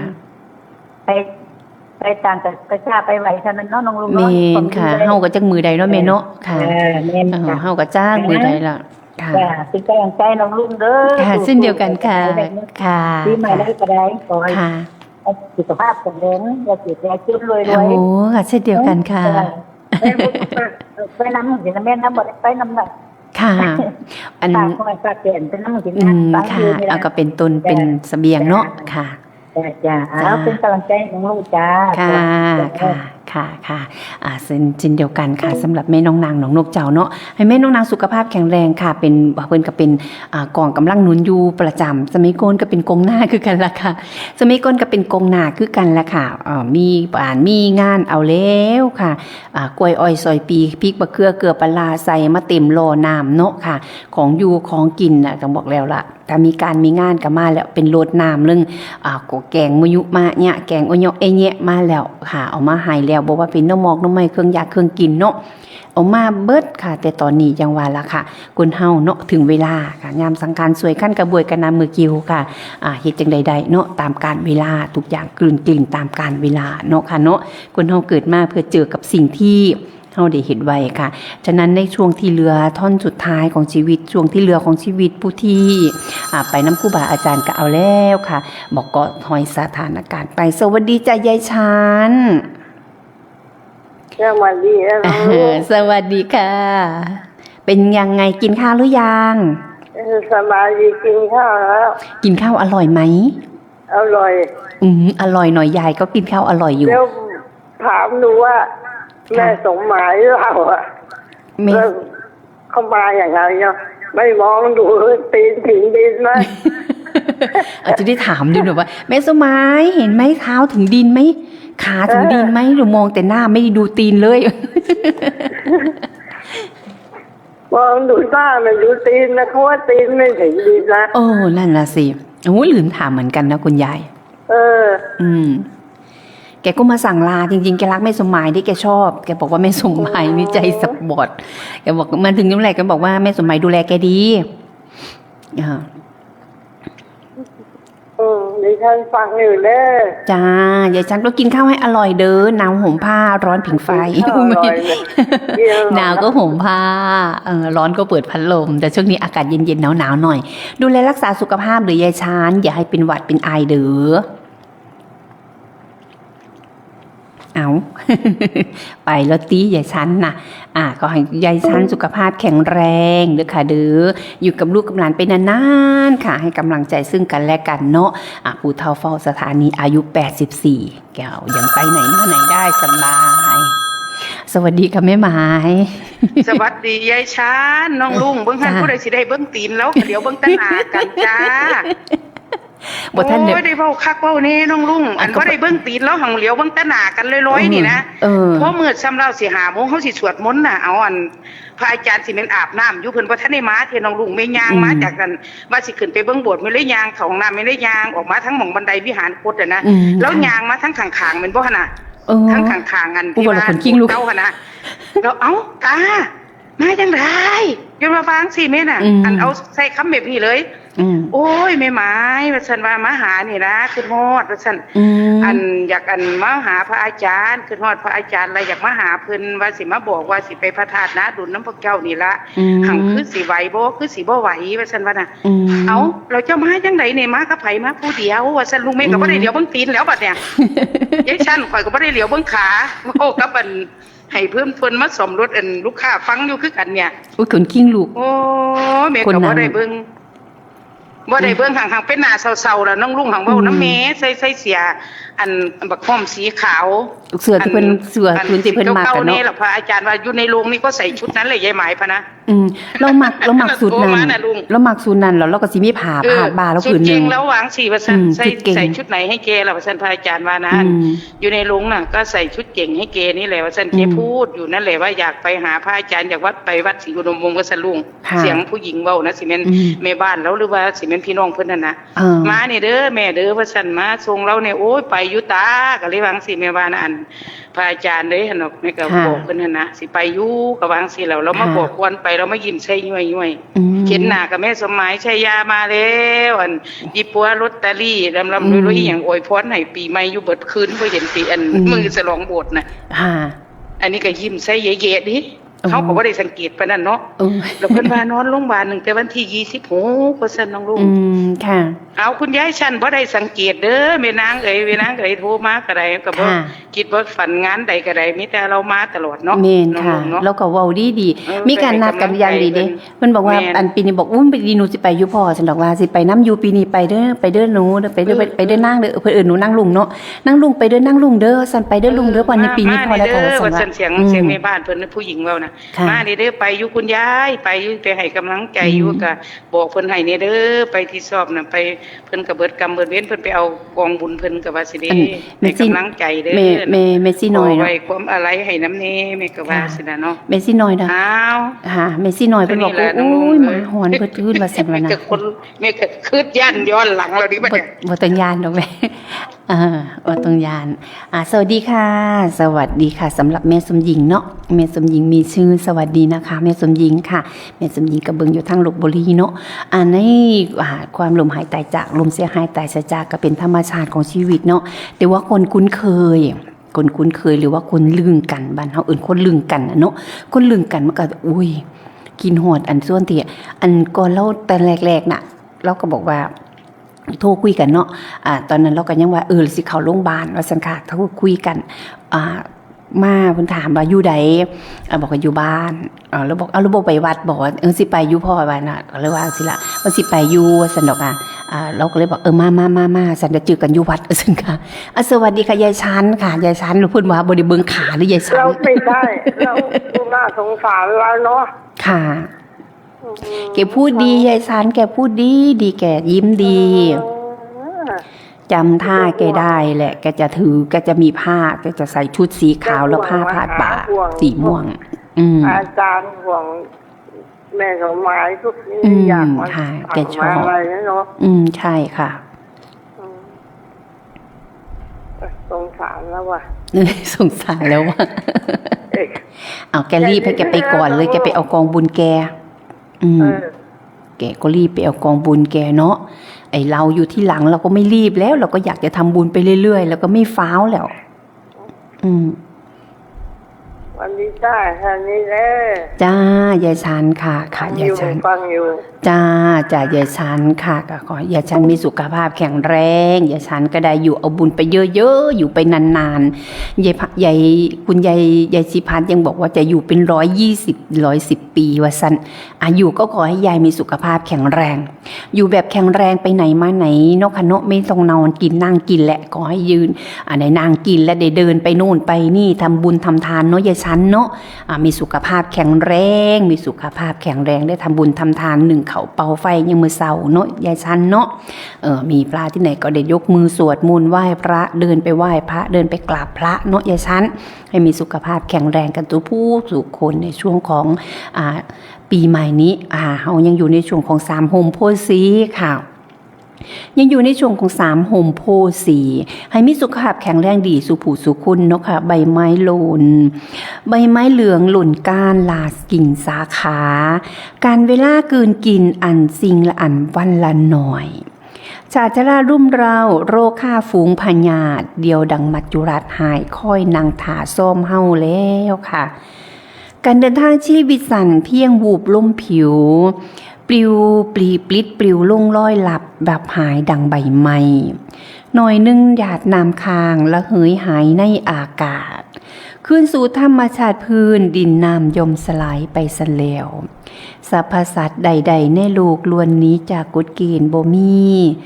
คืนสู่สามัญสู่ความจริงแท้สู่ขังปรมังมันหมายเอาอยู่ฝากฟังก็มีติบุญเฮ็ดสร้างหน่อหลายหน่อยโบโทกันค่ะพ่อแม่ญาติธรรมเฮาก็เกิดมาเนาะค่ะเนาะเกิดมาแต่น้อยเท่าใหญ่ค่ะก็สิ่งที่เฮาสิทำได้เฮ็ดได้ในช่วงนี้ก็คือทำบุญเฮ็ดบุญค่ะเฮ็ดบุญเฮ็ดกุศลสร้างบารมีให้กับเจ้าของบ่ได้เสียชาติเกิดได้เกิดเป็นคนไทยชาวพุทธได้เป็นพุทธมามกะ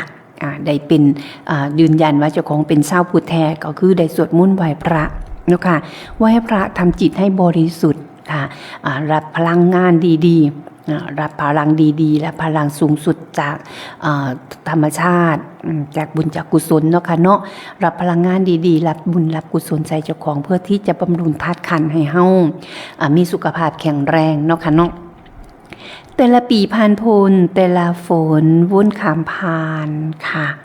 คมหรือหวานได้พบพอสุขหรือโทกับผ่านกาย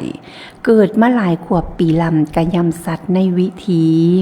เพิ่มดีกรีประสบการณ์จัดผ่านพบได้มาดุลมือให้ยึดถือความดีไว้ความสดใสสิเติมโตชีวิตโกพ่อมองเสาให้มูเจ้าได้ผ่านไปหากสิ่งใดยังเคินขาดให้ว่าต่อความพอเพียงเป็นเสบียงบำรุงจิตอย่าคิดเกินกำลังแท้ความพันแปรโลกานี้ย้อนโลกีมันคืนคมวัตถุนิยมผสมรอให้ผ่านพอแต่อบายมองสุขหลายเม่นหมายกายนี้คือพ่อดีที่เป็นอยู่บ่เลิศรู้บ่อูฟูโลกานี้สิซุ่มเย็นแสนแล้วค่ะบ่ได้อยู่ดีกินดีบ่ได้กินแซ่บอยู่แซ่บนอนนัวกะสร้างต่อค่ะแต่ขอให้เฮาได้เฮ็ดบุญตื่นเช้าขึ้นมาก็ได้เฮ็ดบุญเฮ็ดทานได้เนาะค่ะเนาะนึ่งข้าวเป่าไฟค่ะใส่บาตรหยาดน้ำในแต่ละมื้อแต่ละเว้นเนาะค่ะได้เฮ็ดบุญได้เฮ็ดกุศลค่ะสร้างบุญสร้างกุศลไปเพราะว่าบุญนี้เสมอดามซุ่มเย็นดอกสงสวยเนาะค่ะก็ขอให้พ่อแม่ญาติธรรมสุผู้สุคนในช่วงของปีใหม่นี้บุญรักษาเทวดาคุ้มครองถ้ามาคุ้มครองบุญที่เฮาเฮ็ดไว้เนาะค่ะเนาะตุ่มหุ่มให้เฮาไปจังใดก็มีแต่ความสุมเย็นพ่อกันระยะนำมิตรที่ดีมีลูกมีหลานก็เว้าง่ายฟังความเนาะค่ะในมีลูกมีหลานก็เว้าง่ายฟังความค่ะอย่าให้มีความหายมาผ่านพอเนาะค่ะบุญกุศลที่เฮาเฮ็ดไว้ก็ขอเป็นอานิสงส์ขอเป็นพละเป็นปัจจัยนำส่งให้ทุกพ่อทุกแม่เนาะได้มีแต่ความสุขความเจริญสุขโภคสุขคนค่ะสุขภาพแข็งแรงดีๆทุกพ่อทุกแม่เนาะค่ะยังได้ก็ขออนุโมทนากับคุณยายในนะคะเมซุนในเมซุนในค่ะเพิ่นบอกว่าแม่ใหญ่ของอาจารย์โชติมหาโชคเนาะค่ะเนาะทางบ้านนาคุณเลิศค่ะเพิ่นบอกว่าขอเป็นลุงในน้ำเนว่าซั่นค่ะเป็นบ้านหลังสุดท้ายค่ะพึ่งเฮาก็ได้ร่วมกันคนละ5คนละ10คนละนิดคนละหน่อยเนาะค่ะรวมกันเพื่อต่อลุงไว้ต่อบ้านหลังสุดท้ายไปให้กับผู้วายชนผู้ที่เพิ่นบอกว่าได้บ่มีเงินเนาะบางครั้งบางคราวโอ้ย300 500นะคะบางคนบ่มีอีหลีค่ะเมื่อมาขออาจารย์ก็ให้ไปเนาะค่ะใครอยู่ดอกค่ะเพราะว่าอย่างน้อยๆพระคุณเจ้าอยู่วัดศรีดมวงศ์เพิ่นก็เฮ็ดเป็นสุของค์เนาะค่ะเนาะว่างๆค่ะอาจารย์มังกรกับหลวงพี่ทิมเพิ่นก็มาต่อลงค่ะเสร็จแล้วก็เอาขึ้นไปเก็บไว้สำหรับผู้ที่เพิ่นมาขอค่ะมาขอบริจาคค่ะผู้หลังคนเพิ่นบอกว่าอุ้ยก็ต้องบูชาค่ะก็ต้องบูชาบาง500 300ก็แล้วแต่กำลังที่เพิ่นมีให้แต่ว่าเนาะค่ะส่วนใหญ่เพิ่นก็สิบอกว่าขอบูชาในราคาถูกค่ะแล้วก็มาเอาลงไปเนาะค่ะไปใส่บางคนบ่มีก็ขอไปเลยค่ะก็บ่เป็นหยังค่ะอาจารย์บอกไม่มีเขาไม่มีในเมื่อเขาไม่มีก็ต้องให้เขาไปว่าซั่นค่ะก็เลยต้องต่อเสริมไปเรื่อยๆเนาะค่ะในช่วงว่างของพระคุณเจ้าเพิ่นก็เฮ็ดลงไว้เนาะค่ะกนุโมทนาบุญนำสำหรับผู้ที่เป็นอุปกรณ์ไม่อัดไม่ยังเป็นกระซื้อมาเนาะค่ะเนาะเป็นอุปกรณ์ตะปอกตะปูค่ะซื้อมาต่อลงเนาะค่ะก็อนุโมทนาบุญนำสำหรับทุกพ่อทุกแม่เนาะผู้ใดฟ้าวก็ไปก่อน แต่พอเจ้าข่อยยังบ่ฟ้าวที่เนาะเอาบุญยังบ่หลอนค่ะเอาบุญยังบ่หลอนยังบ่รอเทื่อหน้ายังปลอไปคือเก่าครูบาอาจารย์พาไปทางไหนก็ไปนำคือเก่าเนาะค่ะเนาะ ทางญาติธรรมบอกว่าอุ้ยอย่าถามเนี่ยค่ารถค่าล่าหลายปันใดว่าสันค่ารถบาทอันนี้ติดตัวไว้ที่460ค่ะสำหรับลูกบาทเนาะค่าน้ำมูกน้ำมันค่าไปค่ามาค่าคนขับค่าคือสึกหล่อของรถของล่าเนาะค่ะก็อยู่ที่460บาทค่ะส่วนรถตู้ผู้ใดบอกว่ารถตู้ไปง่ายมากคล่องค่ะก็อยู่ที่500บาทค่ะแต่เลยผู้หลายคนมันก็บอกว่าอุ้ยร่วมกันแล้วสันค่ะทางใดทางเดียวกันไปน้ำกันค่ะทางเดียวกันไปน้ำกันเนาะค่ะเนาะไปน้ำกันก็รวมกันได้รถตู้ในช่วงนี้ของไม่ตึงค่ะไม่ตึงทางห้วยไซคำทั้งห้วยไซคำก็ได้ละ1คันรถค่ะทางของแม่ตอคณะแม่ตอก็ร่วมกับน้องทอฟันเนาะค่ะก็ได้แล้ว1คันรถค่ะทางคณะของแม่สุมัยชัยยาค่ะทางแม่สุมัยชัยยาก็ตอนนี้ก็ได้ที่8หรือ9ท่านค่ะรวมแล้วถ้าเป็นรถตู้ก็ได้แล้ว1รถตู้เนาะค่ะบ่เอาหลายแล้วค่ะถ้าหลายคุณหลายก็เบียดกันเนาะค่ะเพราะว่ารถตู้นึงก็จะอยู่ที่3 6 9ที่นั่ง10กับผู้ที่ข้างคนขับเนาะค่ะส่วนค่ะคณะของแม่สิงโตคณะทางแม่สิงโตทางเมืองเลยก็บอกว่าได้แล้วค่ะ1รถตู้10ที่นั่งว่าซั่นค่ะทางคณะของแม่ใบบานลาดค่ะก็บอกว่าละอาจจะบ่ได้ไปน้ำดอกเดินรถทัวร์เพราะว่าทางเดียวกันก็ไปด้วยกันคนมันสิยากลูกยากหลานย่ามเฮามาส่งย่ามเขามาหับย่ามเฮากลับมาแล้วเนาะค่ะมาลงวัดไปแล้วปุ๊บอันนี้ก็สิหารถกลับบ้านยากเอาจังซี่ซะว่าซั่นค่ะไปรถตู้ไปรับที่บ้านเวลาไปส่งก็ไปส่งที่บ้านว่าซั่นค่ะอันนี้ก็คณะของแม่สมหมายก็ได้แล้ว1รถตู้ค่ะส่วนคณะของแม่สุดท้ายค่ะคณะของแม่สุดท้ายก็เอาได้ละ1รถตู้ว่าซั่นค่ะอนุโมทนาบุญนำในช่วงนี้ก็4ละค่ะ4หรือ5คันละสำหรับรถตู้เนาะค่ะทางแม่ตึงบอกว่าอุ้ยที่ไปติดหลายๆผู้หลายคนอยู่อาจจะได้เป็น2ค่ะอาจจะได้เป็น2รถตู้เพราะว่า10กว่าคนว่าซั่นค่ะ10กว่าท่าน10กว่าท่านก็ไปน้ำกันเนาะค่ะเนาะชวนนี้ก็ได้อยู่ประมาณ2หรือ3รถตู้แต่ใกล้มือละก็หลายผู้หลายคนก็บอกว่าใกล้ๆมือก่อนว่าซั่นค่ะทางวัดศรีดงบงค่ะทางคณะแม่ชีบ้านน้อยนาบุงมะบุกสลายนี่ก็ยังรวบรวมกันบ่ได้เทื่อเนาะค่ะส่วนค่ะแม่ส่วนเมนูพิษชมพูวิเศษค่ะคณะของเมนูพิษชมพูวิเศษเนาะกันเนาะก็บอกว่าอาจจะมาสัก2-3ท่านอาจจะมาร่วมกันอยู่ที่นี่เดี๋ยวอีกรอบนึงก่อนว่าซั่นค่ะคณะของส่วนแม่ของส่วนแม่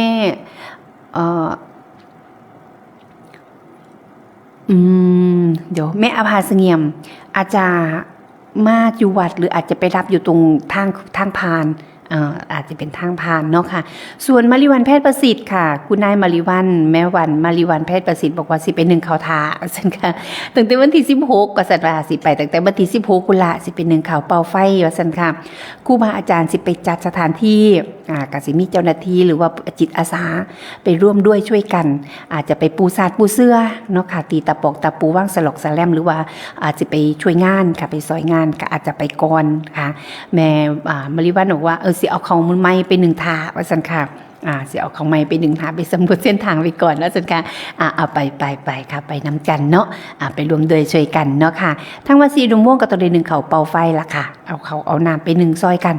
ไปเฮ็ดซอยกันตอนรับญาติธรรมนำกันผู้ใดมีกำลังวังซ่าเนาะค่ะไปเฮ็ดไปเป็นทานค่ะไปใช้กำลังเป็นทาน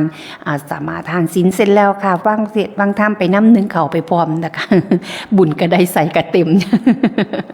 บุญก็ได้ใส่กระเต็มนะกันเนาะงามว่าเขานางซื่อๆมันอยากหลับดีล่ะค่ะได้แล้วบรรยากาศตี 2 ตี 3เอาละอยากงวยอยากนอนละ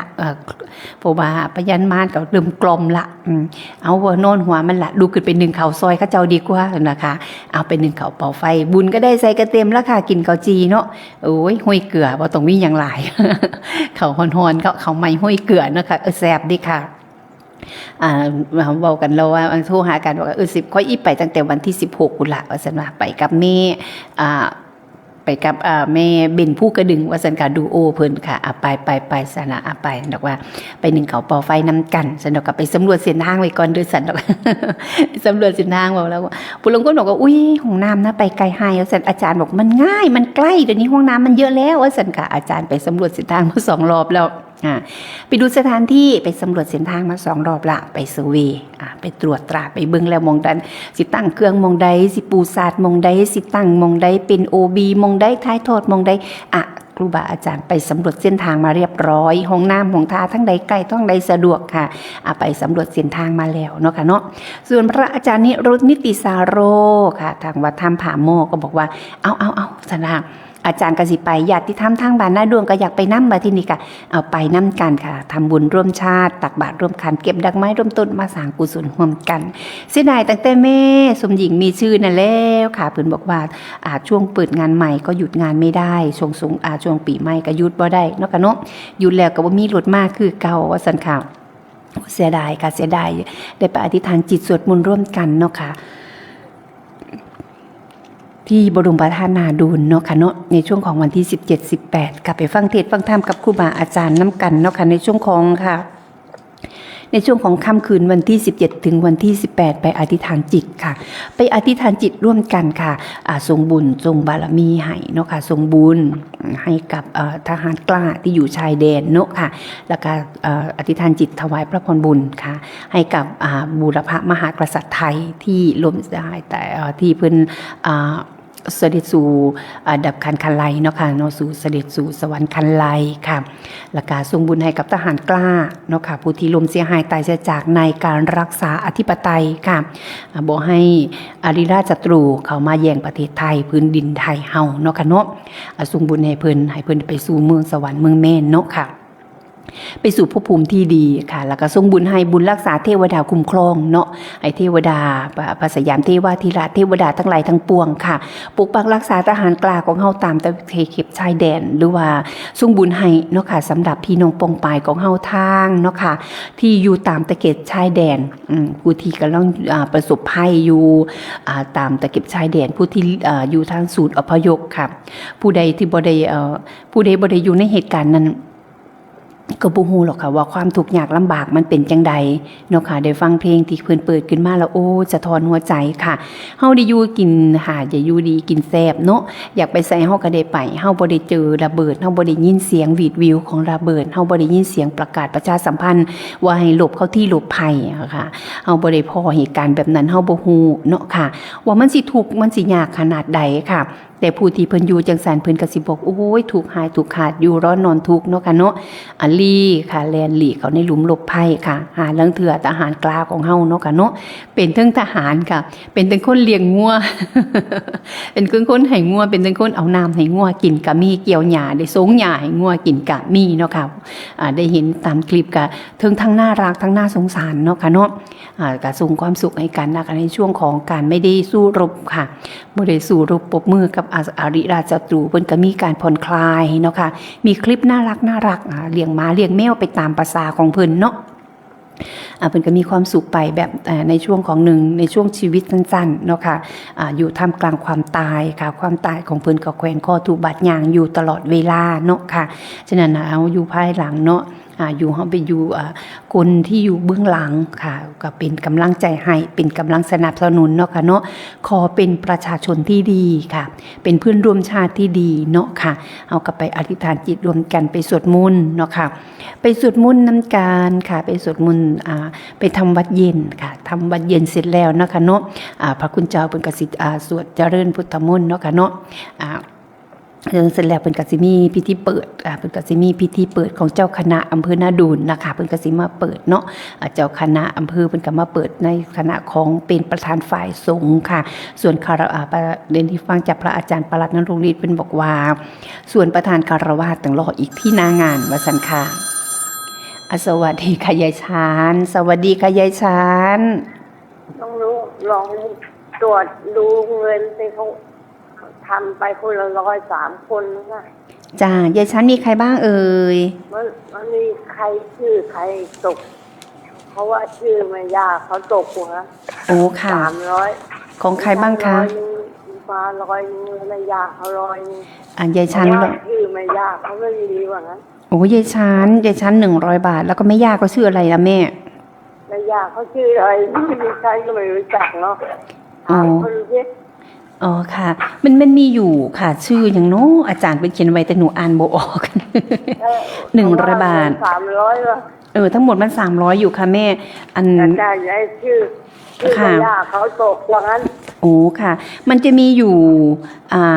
ชื่อยายชั้นแล้วก็คุณแม่อะไรอาจารย์เราเขียนไว้แต่หนูอ่านบ่ออกนะแม่แม่บอกไหม อะไรนั่นแหละแม่ชื่ออย่างราคาแม่ยุพาเพ็งศรีมีแม่ยุพาเพ็งศรี แล้วแม่ย่าเขาฝาก แล้วแม่ย่าชื่ออย่างโน้บัดที่เนี่ยแม่ย่าชื่ออย่างล่ะเดี๋ยวมื้ออื่นเดี๋ยวพรุ่งนี้ยายชันก็บอกหนูเด้อว่าแล้วยายชันก็เขียนชื่อไว้แล้วก็บอกไว้จ้ามันก็จะมีแม่ยุพาคนนึงแล้วก็แม่ยุพานี่ก็มาจากเมืองเลย2 คนรวมมี300เลยจ้ายายชันลองถามเมืองเด้อเพราะว่าหนูก็อาจารย์เขียนไว้เหมือนกันแต่หนูไม่รู้ว่าเพิ่นเขียนภาษาของเพิ่นเนาะเพิ่นก็สิเข้าใจภาษาของเพิ่นแต่หนูนะไม่มีภาษา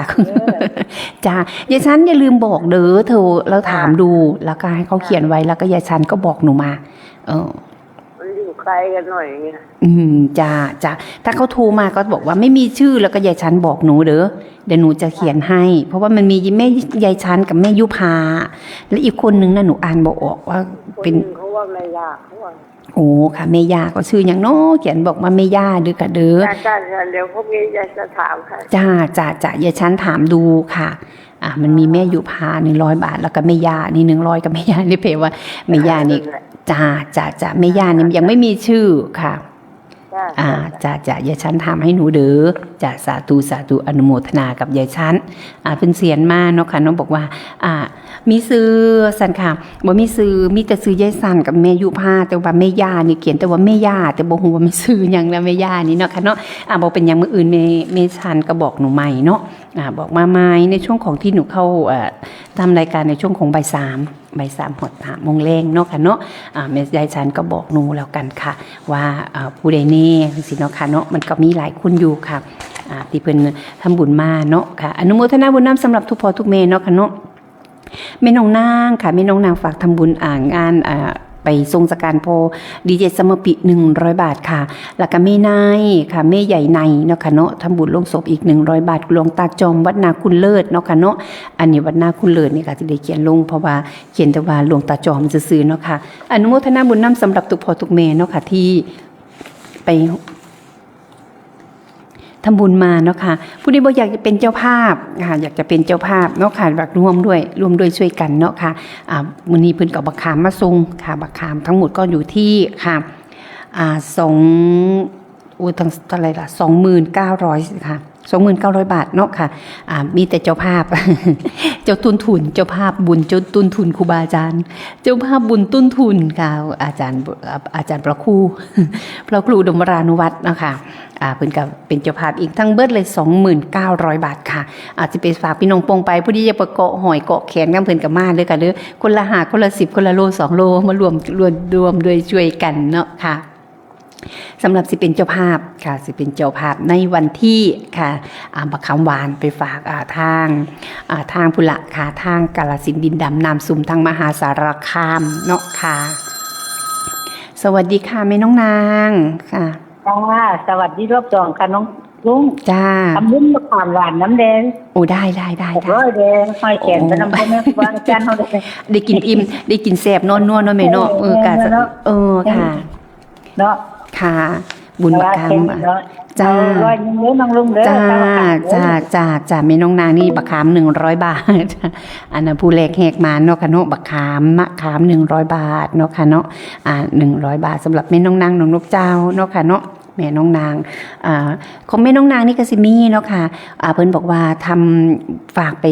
ทรงสการดีเจสมปิ100ค่ะแล้วก็เป็นเจ้าภาพมะขามอีก100 บาทอนุโมทนาบุญนำสำหรับแม่น้องนางน้องนกเจ้าเนาะค่ะเนาะเกิดจะได้ก็จะได้กินอยู่แซ่บกินอยู่ซุ่มกินเย็นบ่อึดบ่อยากเนาะค่ะในช่วงที่เฮาเฮ็ดทานนี่เป็นสิ่งแรกเป็นบันไดแรกในการที่เฮาเนาะค่ะได้เป็น ได้อยู่ดีกินดีค่ะเป็นบันไดแรกเป็นบันไดขั้นแรกเนาะค่ะเนาะในเมื่อเพิ่นให้เฮาเป็นคนให้เพิ่นก่อนนะสิ่งที่ตามมาแต่เฮาให้ด้วยจิตที่บริสุทธิ์ให้ด้วยความบอกว่าเต็มใจให้จังซี่นะคะบุญมันสิย้อนกลับมาเฮาอย่างเต็มเปี่ยมเนาะค่ะเนาะอย่างน้อยๆค่ะจากประสบการณ์หลายๆพ่อหลายแม่เนาะค่ะก็บอกว่าโอ้ยตั้งแต่เฮ็ดบุญเฮ็ดทานไปเนาะค่ะบางสิ่งบางอย่างบ่พอสิได้ก็ได้ว่าซั่นค่ะบ่พอสิเต็มก็เต็มว่าซั่นค่ะเนาะก็อนุโมทนาบุญนำอย่างแม่อย่างแม่อ้อยอย่างแม่อ้อยนี่เพิ่นก็บอกว่าโอ้โหสันตั้งแต่เฮ็ดบุญเฮ็ดทานนี่อันของแม่ก็ขายดีก็สันก็แม่อ้อยทั้งแม่อ้อยก็ได้เนาะค่ะเนาะของแม่ก็ขายเอายังไปขายแม่ก็ขายเบิดแล้วสันยังแม่โอก็คือกันกับแม่โอจันทิลานี่ล่ะค่ะเพิ่นก็บอกว่าโอ้แม่เอาของลงตลาดน้อยว่าซั่นแม่เบิดดีก็สันขายเบิดโตกรอบว่าซั่นว่าขายแล้วแม่ก็ได้กำไรก็แม่ก็เอามาเฮ็ดบุญว่าซั่นค่ะสุขภาพก็แข็งแรงว่าซั่นค่ะสาธุอนุโมทนาบุญนำเนาะค่ะเนาะเป็นเสบียงบุญค่ะเป็นเสบียงบุญสะสมบุญเป็นทุนค่าความตายมากับบริวารบริวันเนาะค่ะเนาะบ่นางเศร้าบ่นางสันมีแต่ยิ้มปุยๆยามสิยุ่ยเข้าสู่คุมสันแล้วค่ะอนุโมทนาบุญนำเนาะค่ะสำหรับผู้ที่อยากสิไปทางบ้านน้อยนาบุงม่วงเนาะค่ะเนาะบุงสไลค่ะถ้าสิอยากจะไปในวันที่8เนาะค่ะวันพฤหัสที่8เนาะค่ะเนาะไปทรงสการดีเจสมาปิเนาะค่ะเนาะผู้ที่เพิ่นมาซอยงานวัดศรีดงบวงดีค่ะบ่สิเป็นงานใดค่ะว่าแต่ครูบาอาจารย์เอิ้นปุ๊บปั๊บเนาะค่ะเนาะเพิ่นสิเอิ้นว่าหลวงพ่อสมบัติเอิ้นปุ๊บเพิ่นก็สิมาทันทีบ่ไกลว่าซั่นค่ะพ่อมาประจำอยู่ว่าซั่นค่ะก็มาไปทรงสการถึงไหว้สิวาเนาะค่ะเนาะถึงวาระสุดท้ายของดีเจสมาปิมีสิ่งที่เฮาสิเฮ็ดได้ก็คือทรงสการกันนั่นล่ะค่ะเนาะไปทรงสการเพิ่นในวันพฤหัสที่8นี่ค่ะสิฮอดนี้เนาะค่ะอีก2มื้อเนาะค่ะไปลงสการนำกันเนาะค่ะเนาะในช่วงของหลังจากนั้นแล้วเนาะค่ะไปน่าจะเป็นทางวัดจิรม่วงน่าจะไป1รถตู้ครูบาอาจารย์ในขณะนี้อาจารย์สมบัติก็ไปพุ่นละค่ะหลวงพ่อสมบัติหรือว่าอาจารย์พระครูสมบัติก็อยู่ที่บ้านงานนู่นล่ะค่ะสิงโตขับรถพาไปเนาะค่ะเพิ่นก็ไปให้กำลังใจค่ะไปให้กำลังใจผู้ที่อยู่ค่ะผู้ที่อยู่ข้างหลังครอบครัวเนาะค่ะเนาะภรรยากับภรรยาหรือว่าเมียกับลูกเพิ่นกับพ่อกับแม่เพิ่นก็อยู่ข้างหลังก็ให้กำลังใจค่ะโรคภัยไข้เจ็บบ่ได้เลือกหรอกค่ะว่าเฮาสิเป็นคนดีคนชั่วในช่วงที่เฮามีชีวิตอยู่แล้วก็บ่ได้บอกเฮาพร้อมว่าเฮาสิเป็นโรคนั้นโรคนี้เฮาสิเป็นโรคหยังเขาก็บ่ได้บอกอีกล่ะค่ะว่าเฮาเป็นโรคภัยไข้เจ็บเจ้าสิตายตอนนั้นเจ้าสิตายตอนนี้ถ้าเฮาบ่แม่นพระอรหันต์จริงๆแล้วนะคะเฮาก็บ่สามารถที่สิรับรู้เนาะค่ะเนาะบอกความตายสิมาหาเฮาหมดมื้อใดค่ะฉะนั้นในช่วงที่เฮามีชีวิตอยู่สิ่งที่เฮาสิทำก็คือเนาะค่ะเนาะสร้างคุณงามความดีไปเฮ็ดคุณงามความดีไปค่ะเฮ็ดไปอย่าสู่บ่ทิ่มล่ะค่ะในช่วงของสุดท้ายชีวิตนี่ก็คือเฮาสิ่งที่เป็นหล่อเลี้ยงจิตใจเนาะค่ะเป็นสิ่งที่หล่อเลี้ยงจิตใจของเฮาก็คือบุญกุศลสร้างบุญสร้างกุศลไว้อย่างหลายคุณยายเนาะค่ะเนาะเคยไปค่ะเคยเฮ็ดบุญสุนทานเคยไปนำครูบาอาจารย์ตั้งแต่สมัยไปใดมาใดอย่างยายสะอานอย่างแม่นี่กล้วยแขกจังซี่เนาะค่ะเนาะอย่างยายชั้นจังซี่อย่างแม่แตงโอนจังซี่ค่ะหรือว่าอย่างแม่สมจิตเนาสนหรือว่าหลายพ่อหลายแม่เนาะอย่างยายพาดคิริชีสมัยก่อนถ้าบอกอาจารย์บอกไปเที่ยวเที่ยนว่าซั่นเขาโอ้ยไปกันแล้วค่ะขึ้นรถขึ้นล่ามาแล้วค่ะพี่แล้วมากินข้าวอยู่วัดแต่โคบนี่ล่ะค่ะม่วนขึ้นรถคันนั้นแล่นขึ้นคันนั้นแล่นขึ้นคันนี้เนาะค่ะไปตรวจเทียนน้ำกันเป็นร้อยเป็นพันคันเนาะเป็นร้อยคันเฮาก็เคยไปมาแล้วยังไม่ตึงก็ว่าเนาะโอ้ยนั่งรถไปจะเป็นมวนหายมวนขาดจะไม่ไปได้มาได้ว่าซั่นค่ะไปมองใดก็วัดใดก็แตกวัดน้อยๆฮอดเขาศาลาก็บ่หลมมีบางวัดเพิ่นจะบอกว่าบ่ให้ขึ้นอันศาลาแล้วค่ะเพราะว่าย่านศาลามันพังเพราะว่าครูบาอาจารย์เคยพาไปเนาะอันนี้ก็เคยไปมาแล้วในช่วงนี้ค่ะอย่างแม่ท้องศรีวานั่นล่ะคิดใดก็คือคิดเห็นแต่ความเก่าความหลังเอามาเป็นที่หล่อเลี้ยงจิตใจเนาะเอามาเป็นหล่อเลี้ยงจิตใจค่ะเอามาเป็นหล่อเลี้ยงจิตใจเพราะว่าในช่วงที่เฮาไปได้มาได้ค่ะช่วงที่เฮาไปได้มาได้ก็เอานี่ละเป็นกำลังใจเนาะค่ะเฮาไปใส่มาใส่ไปบ่ได้มาบ่ได้ก็เอาสิ่งที่เฮาเคยไปเคยมานี่ละเป็นกำลังใจ เนาะค่ะกับช่วงที่เฮาไปได้มาได้ผู้ที่ไปได้มาได้ลูกๆหลานๆยังไม่ตึงว่านะก็อีฟาว3ไปก่อนว่าซั่นค่ะอีฟาวผ่านไปก่อนน้องลุงว่าซั่นตอนพี่ไปได้พี่อีฟาวไปก่อนว่าซั่นค่ะในช่วงของไปได้มาได้เนาะเป็นก็บอกว่าส่วนกันเมื่อนั้นเพิ่นก็มาโอ้บ่ได้พอกันโดนว่าซั่นค่ะบ่ได้พอกันโดนเนาะเฮาก็ได้บ่ได้พอกันตั้งหลายปีว่าซั่นค่ะบ่ได้พอกันหลายปีฮอดยามนั้นก็ไปนํกันคือเก่าอนุโมทนาบุญนำสำหรับทุกพ่อทุกแม่เนาะค่ะเนาะหลายพ่อหลายแม่ค่ะก็บอกว่าหลายพ่อหลายแม่ก็บอกว่ากำลังอยู่ในช่วงของการตัดสินใจและในช่วงของการกำลังหาเพื่อนร่วมทางค่ะถือว่าบ่มีเพื่อนร่วมทางก็ให้เขามาส่งก็ได้เด้อค่ะเด้อในช่วงของวันที่17วันที่18นะคะไปรถน้ำกันก็ได้ค่ะมาอยู่ที่วัดศรีอุดมวงศ์ทุกรถทุกคันก็ต้องมารวมกันอยู่ที่วัดศรีอุดมวงศ์น้ำกันเนาะค่ะเพื่อที่เฮาสิได้ออกไปพร้อมกันไปเป็นขบวนค่ะไปเป็นขบวนเนาะค่ะเนาะการเดินทางเป็นขบวนมันก็สะดวกสบายเนาะค่ะเนาะผู้ใดเป็นหยังก็พอได้เอิ้นใส่กันว่ารถคันนั้นเป็นนั้นรถคันนี้เป็นนี่ก็สิได้เบิ่งได้แย่งกันหรือว่าผู้ใดอยากไปก่อนค่ะล่วงหน้าไปก่อนหรือไปรออยู่พุ่นก็เอาที่สบายใจเนาะค่ะแต่ว่าในช่วงของขณะนั้นก็ต้องมาร่วมกันอยู่วัดศรีอุดมวงศ์คือเก่าในช่วงของค่ะในช่วงของการไปประพฤติปฏิบัติธรรมค่ะไปสร้างบารมีค่ะไปสร้างบารมีเนาะค่ะเนาะไปสร้างบุญสร้างบารมีค่ะในการประพฤติปฏิบัติธรรมในช่วงของพระบรมธาตุนาดูลเนาะค่ะเนาะไปฟังเนาะค่ะพระอาจารย์ปลัดณรงค์ฤทธิ์เพิ่นบอกว่าเพิ่นสิมีค่ะเพิ่นก็สิมีกิจกรรมให้ร่วมสำหรับค่ะตอนที่ช่วงของพระอาจารย์ปลัดณรงค์ฤทธิ์ที่เพิ่นจะได้การเพิ่นก็สิบอกว่าผู้ใดร้องเพลงชาติรู้ความหมายของไตรรงค์ค่ะขอรำพันบรรยายความคิดที่หมายเนาะค่ะเนาะอย่างธงชาติความเป็นไปเป็นมาของธงชาติปณิธานขององค์พระบาทสมเด็จพระเจ้าอยู่หัวหรือว่าพระเจ้าตากค่ะปณิธานของพระเจ้าตากหรือว่าธงชาติไทยความหมายของธงชาติไทยค่ะเพิ่นบอกว่าถ้าผู้ใดเว้าได้ร้องเพลงได้หรือว่ารู้ความหมายปณิธานของพระเจ้าตากนะคะอันตัวพ่อชื่อว่าพญาตากนั่นล่ะค่ะเพิ่นก็บอกว่าถ้าได้บอกได้เบิดทุกอย่างค่ะทั้ง3รายการที่เพิ่นบอกไว้เพิ่นก็บอกว่ามีรางวัลใหญ่ว่าซั่นค่ะมีรางวัลใหญ่ให้ว่าซั่นค่ะหรือว่าผู้ใดบอกตะกุกตากากได้แน่บ่ได้แน่ลืมหน้าลืมหลังเพิ่นก็สิมีรางวัลให้คือกันร่วมกิจกรรมกันในมื้อนั้นเนาะค่ะไปแสดงออกถึงความเป็นพุทธมามกะไปแสดงออกถึงความเป็นคนไทยชาวพุทธมีศาสนาพุทธเป็นศาสนาประจำชาติเป็นศาสนาประจำใจเนาะค่ะในวันที่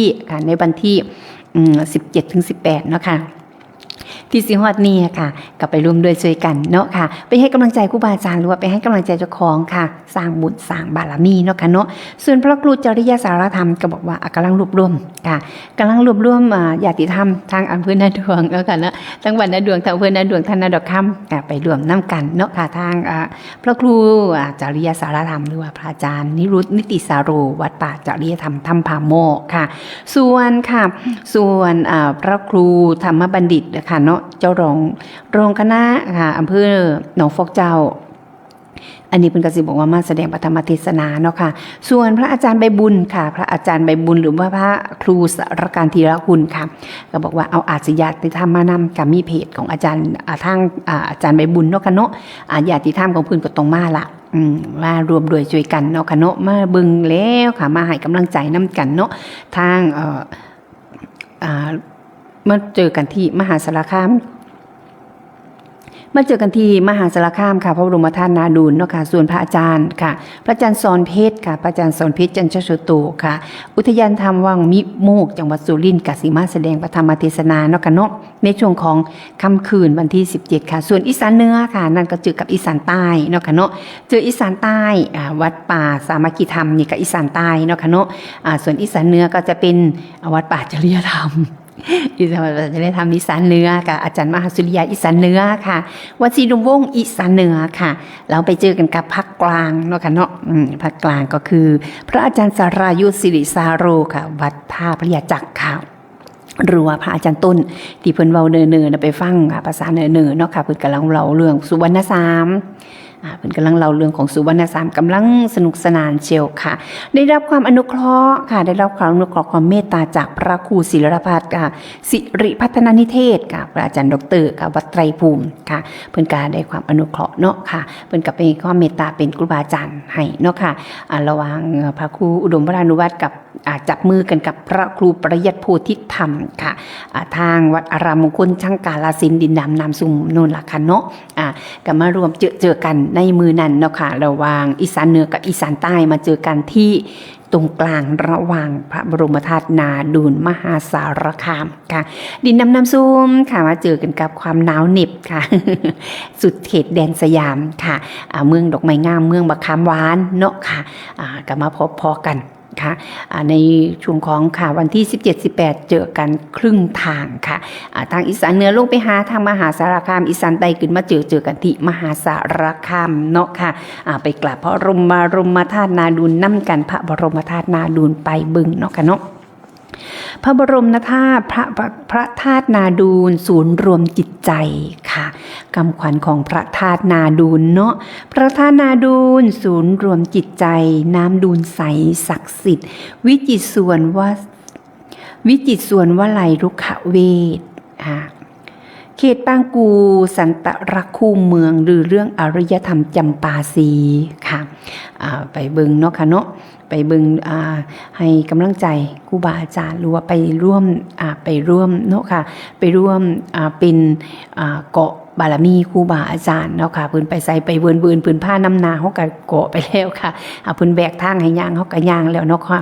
เพิ่นแบกทางให้ย่างเดินตามรอยบาทพระศาสดามีครูบาอาจารย์พาเฮ็ดพาทำเนาะอนุโมทนาบุญนำทุกพ่อทุกแม่เนาะค่ะสำหรับมะขามหวานบ่ว่าสิเป็นแม่สมหมายชัยยาหรือว่าแม่ภาวนาบุญชื่นหรือว่าแม่รถค่ะแม่รถไก่ย่างที่บ้านบุงสไลกับเป็นเจ้าเขาเป็นต้น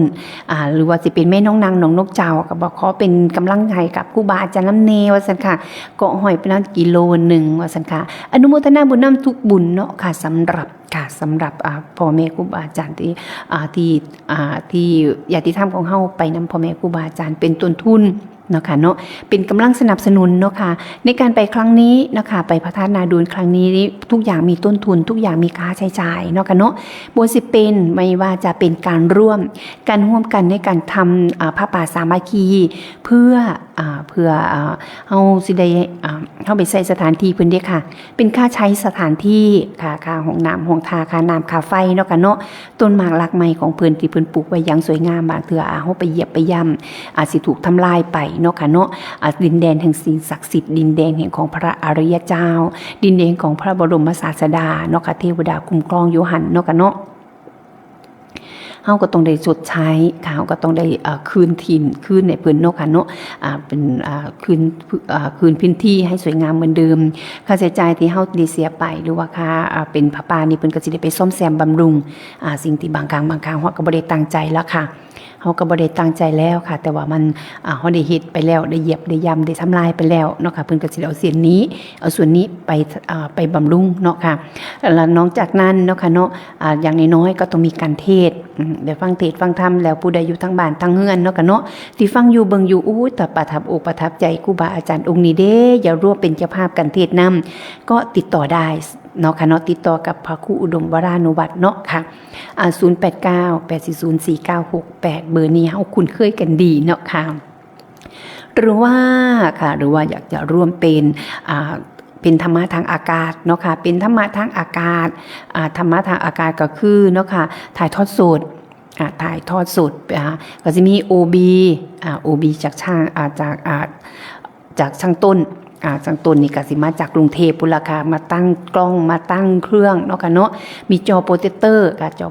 ก็ไปแล้ว 20,000 ค่ะมัน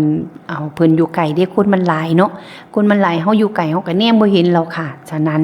สิ่งหนึ่งที่เฮาสิได้อยู่ไกลครูบาอาจารย์ได้เห็นปากนำเพิ่นย่ำเพิ่นเว้าเนาะได้เห็นย่ำเพิ่นขึ้นธรรมะได้เห็นหน้าตาสีหน้าท่าทางของเพิ่นในการเทศเนาะแสดงพระธรรมเทศนาเฮาก็ต้องลงทุนในจักหน่อยเนาะค่ะในการมีโปรเจคเตอร์บ้านเฮาสมัยก่อนเอิ้นจอหนังกลางแปลง สมัยก่อนกราบนมัสการเจ้าค่ะพระอาจารย์เป็นเลยพร ญาติโยมญาติธรรมที่ฟังอยู่ มีคนฟังป่ะน่ะ มี มี นะ มีอยู่เจ้าค่ะพระอาจารย์ พลังเงียบเจ๊หมายโทรมาเล่าให้ฟังแล้วป่ะ โทรมาแล้วค่ะ ไปเยี่ยมไปศพครูบาไอ้ก็เรียกว่าอาจารย์โจ๊ะ ค่ะ แต่มันก็เรียกอาจารย์โจ๊ะ ยันจุ เรียกว่าพิสิทธิ์แก้วนาคูณ ค่ะ บ่าวสังวปีตั้งบำเพ็ญกุศลอยู่ที่บ้าน โอ้ค่ะ แล้วก็ วันนี้เมื่อวานแล้วก็วันนี้พรุ่งนี้พระรหัสบดี เจ้า ก็ ค่ะ เอาไปป่า เจ้าค่ะ ก็ญาติโยมญาติธรรมใครที่จะมาเตรียมเด้อในนาเหมือนว่าบุษไดขึ้นกะ อุตส่าห์ไปบอกบุญแล้วล่ะ บอกยายหมาย ก็เลยถามยายหมายเอาจะเล่าให้ฟังก็เอามาขามลงอ่ะวันนั้นก็มาหาอาจารย์อยู่นะวันนั้นได้มาหาอาจารย์หรือเปล่าคุยกับโยมอยู่นะเอาคุยตำแหน่งก็เลยถามวันที่เท่าไหร่ยาย ค่ะ ที่เราเตรียมสวดมนต์ข้ามปีว่า เจ้าค่ะพ เล ระ ย อาจา ถาร ม ย์ ว่าเอาแกเข้าโรงพยาบาลตอนไหนโอ้ยเข้าตั้งแต่26ไอ้หนองบัวไปอุดรแล้วก็มาหนองบัว แล้วก็มาพักอยู่โรงพยาบาลใกล้บ้านวันที่31 30แกไม่ได้เป็นไหน ค่ะ นอนนอนตั้งแต่นู่นน่ะ ตั้งแต่วันที่26บอกค่ะพระอาจารย์ นอนตั้งแต่26นอน ลูกพาไปโรงพยาบาล เจ้าค่ะ จิตอาวรณ์บ้างเลยว่าจิต อยากไปก็เลยว่าไองานพระธาตุนาดูลได้บอกหมายกันแล้ว เจ้าค่ะ ก็ญาติโยมก็วันที่10วันที่8นะใครมาก็รวมกันหารถตู้มารถอะไรมา เจ้าค่ะ มาที่วัดเลยไม่ได้ไปที่บ้านงาน เจ้าค่ะ ไปที่วัดก็เลย ก็ มารวมอยู่วัดกี่โมงครับพระอาจารย์ ก็ฉะนั้นก็น่าจะประมาณออกมาเที่ยงมั้ง เจ้าค่ะ เราไปก่อนตอนเช้าก็มีทำบุญตักบาตรที่โรงเรียนวันที่8 อ๋อ เจ้าค่ะพระอาจารย์ โรงเรียนเทศบาล2 เจ้าค่ะ เพราะฉะนั้นใครจะเป็นเจ้าภาพมะขามหวานเนื้อคนละกิโล เจ้าค่ะ กิโลละ90หรือมั้ง อ๋อ เจ้าค่ะพระอาจารย์ 100น่ะ100 แม่น้องนางเป็นแม่น้องนางน้องนกเจ้าเป็นเจ้าแรกแล้วเจ้าค่ะพระอาจารย์ 100 บาทว่ะ เจ้าค่ะ พอดีเมื่อกับประมาณ200 กิโลแล้ว ซื้อไว้ดูไว้ก่อน เจ้าค่ะ เมื่อก็ญาติโยมก็มาช่วยกันออกค่ารวมแล้วก็20,000 กว่าบาท เจ้าค่ะ มาออกค่ามาขามเลี้ยงญาติเลี้ยงโยมแถวกาฬสินธุ์มหาสารคาม101แถวนู้นเนี่ยเขากินแบบถอนรากถอนโคนเลยนะ กินแบบ1 เม็ดไม่ทิ้ง เอาไปคั่วต่อ เป็นปลาลั่น คั่วแล้วก็เป็นปลาลั่น เจ้าค่ะ ก็ปลูกกันไม่ขึ้นแล้วคั่วแล้วอ่ะ ก็เลยว่า เอาไปฝากพี่น้อง แล้วก็ตอนเย็นๆก็ฟังอาจารย์ตั้งแต่2 ทุ่มอย่างเงี้ย เจ้าค่ะ 2 ทุ่มเกินไปก็ฟังอาจารย์อลามมงคล เจ้าค่ะ ไปกระจัดรายการ2 ทุ่มครึ่ง2 ทุ่มกว่าแล้วก็ช่วงนั้นก็มีลูกศิษย์จัดคนขึ้นรถอยู่ยาวพวกเราก็กันขึ้นรถ เจ้าค่ะ รถที่เป็นหลักรถตู้ก็มีแม่แล้วแม่อะไรวะ แม่ตึง ไม่ใช่คำ1 ตู้แม่ ตึงค่ะ ถึง1 ตู้แม่ แม่ตอ1 ตู้เจ้าค่ะ แม่ตอน1 ตู้ เจ้า แม่ ค่ะ แล้วแม่สิงโต1 ตู้เจ้าค่ะ สุดท้ายแม่สุดท้าย แม่สุดท้าย1 ตู้เจ้าค่ะ แม่ใบ1 ตู้ตอนนี้ได้4 ตู้แล้วเจ้าค่ะพระอาจารย์ ไป1 ตู้4 แล้วก็ ตู้ 5กับแม่สมหมายค่ะ ถ้าแม่สมหมายนี่ก็ได้90ได้10 ท่านค่ะ ก็ถ้ารวมเป็นตู้ก็1 ตู้ค่ะพระอาจารย์ 10 คน เจ้าค่ะ บุกสไลด์นะ เจ้าค่ะ น้อยนายังไม่ทราบ น้อยนายังรวมตัวยังไม่ได้อยู่อาจจะไม่กลัวว่าจะไปอยู่ ไม่กลัวว่าจะไป ฮะ ไม่กลัวว่าจะไปอยู่แต่ว่ายังไม่รู้จะไปกี่คนค่ะ เพราะว่างานอาจารย์มีหลายงานมาปกติงานพิเศษก็คืองานศพนี่แหละปกติก็ตั้งวันที่ เจ้าค่ะ 9 ที่ 10 ที่ 11 ก็จะไปจัดสถานที่ที่วัดสามแยกพัฒนารามเนี่ย เจ้าค่ะ ก็เลยยังไม่ได้คุยกับผู้ใหญ่บ้านก็พากันทำไปก่อน เจ้าค่ะ แล้วแต่เอาคนของไปเสร็จจากงานศพก็จะเอาเครื่องขยายเลยมา เจ้าค่ะ ก็พระก็มีก็ตั้งนิมนต์พระมาด้วยงานศพ เจ้าค่ะ โยก็ช่วยการงานเผยแผ่ต้องขับเคลื่อนแม่ทัพเพิ่นตายไปแล้วหนึ่งแม่ทัพไง โอศกพูด เอาเงินเอาคำพี่น้องญาติโยมมาปี67ไปลุยกัน เจ้าค่ะ พูดกันมีไม่น้อยคนหนึ่งแล้วก็พูดไม่ค่อยไหวแดดร้อนพี่โจ้นี่พูดเยอะ เจ้าค่ะ เนี่ย พูดเยอะแล้วก็พูดจะไม่ไหว เจ้า คนมา ค่ะ ทำบุญหลาย ปีนี้ก็วางแผนอะไรคนเขียนนั้นก็มี4-5 คน เจ้าค่ะ คนพูดก็บอกไม่นุษไปแล้วแหละ เจ้าค่ะ ก็ต้องหาคนพูดมาเสริมอีกคนหนึ่งจะพูดตั้งแต่4 โมงเช้าจนถึง6 โมงเย็น พูดให้ตายกันไปข้างหนึ่ง พูดให้ตายไปข้างเลย พูด คนเยอะก็เป็นแต่พูดแล้วคน3-4 พันคนน่ะ แมนอยู่กับอาจารย์แห่งบอกแห่งมวลเนี่ยค่ะ กันพูดหลาย เออ ๆ ของ ก็เล ขึ้ ย น เขียนรายชื่อว่าต้องเขียนอย่าลอกใหม่เขียนเป็นยายชั้นจังหวัดเลย100 บาทยายยุพาจังหวัดเลย100 บาทก็เขียนจังหวัดเลย ค่ะ ใช้นามสกุลจังหวัดเลย ค่ะ ค่ะ นามสกุลหนองบัวก็ใช้นามสกุลหนองบัวพอล้อมหนองบัวลำพู พอลำลงบัว ไล่ โอเคค่ะ ไป จ้า ใช้คำว่าหนองบัว ค่ะใช้จังหวัดเป็นนามสกุล กาฬสินธุ์ก็ไม่กาฬสินธุ์101ก็101สุรินทร์ก็สุรินทร์ โอ้ใช้นามสกุลเป็นจังหวัดเป็นปะครับอาจารย์ มันก็แต่คนก็อยากทำบุญนะ เกทับ จังห กัน วัด แล้ว เจ้าของตัวแทนเจ้าของ เจ้า ตัว ค่ะ แทนจังหวัดเจ้าของ เจ้าค่ะ ถ้าไปอ่านนามสกุลเนี่ยมันยาว ค่ะ มันยาวมันไม่ทันา แม่สมัยเมืองเลยบันติค่ะ ไม่ใช่หมายเมืองเลย ค่ะ คนอยู่ตัวเมืองเลยไม่ได้ทำบุญก็เมืองเลยเข้าไปด้วย เราก็ถือว่าเป็นส่วนหนึ่ง เจ้าค่ะ สมัยเมืองเลย300 บาททำแล้วก็อ่านรายชื่อเนี่ยรายชื่อมีกี่คนนะพอ60เองเนี่ย รายชื่อมีอยู่เยอะอยู่ครับอาจารย์ อาจารย์ มาเรื่อยๆค่ะ 55น้องไอวานน่ะ ค่ะเจ้าค่ะพระอาจารย์ ต้อง60ถ้า60 70 100 คนเนี่ยพูดต้องเอาอันนี้นำไปก่อนไงเวลาไปถึงปุ๊บตั้งเครื่องใหญ่ปั๊บอ่านในบางก่อนคนที่ก็เดินคนจังหวัดอื่นเนี่ยเขาเดินมาทำบุญเขาก็แวะมาทำบุญกับเราเนี่ย ค่ะ ดีใจกันช่วงอ่านก็ปีก็มีรวมแล้ว ค่ะ 30 จังหวัด เจ้าค่ะพระอาจารย์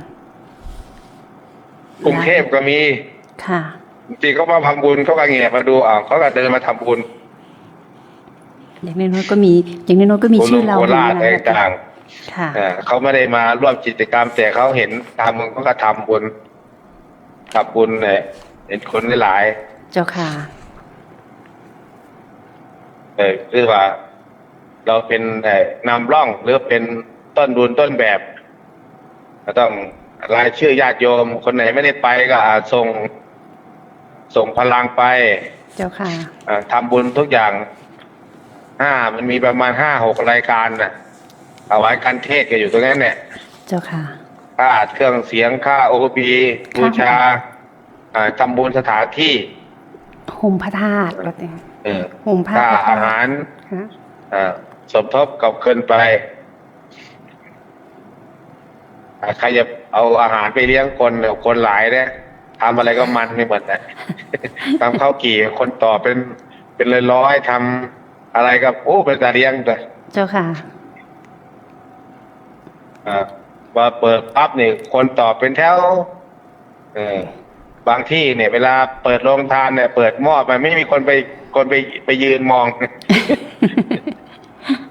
แต่ไป ไป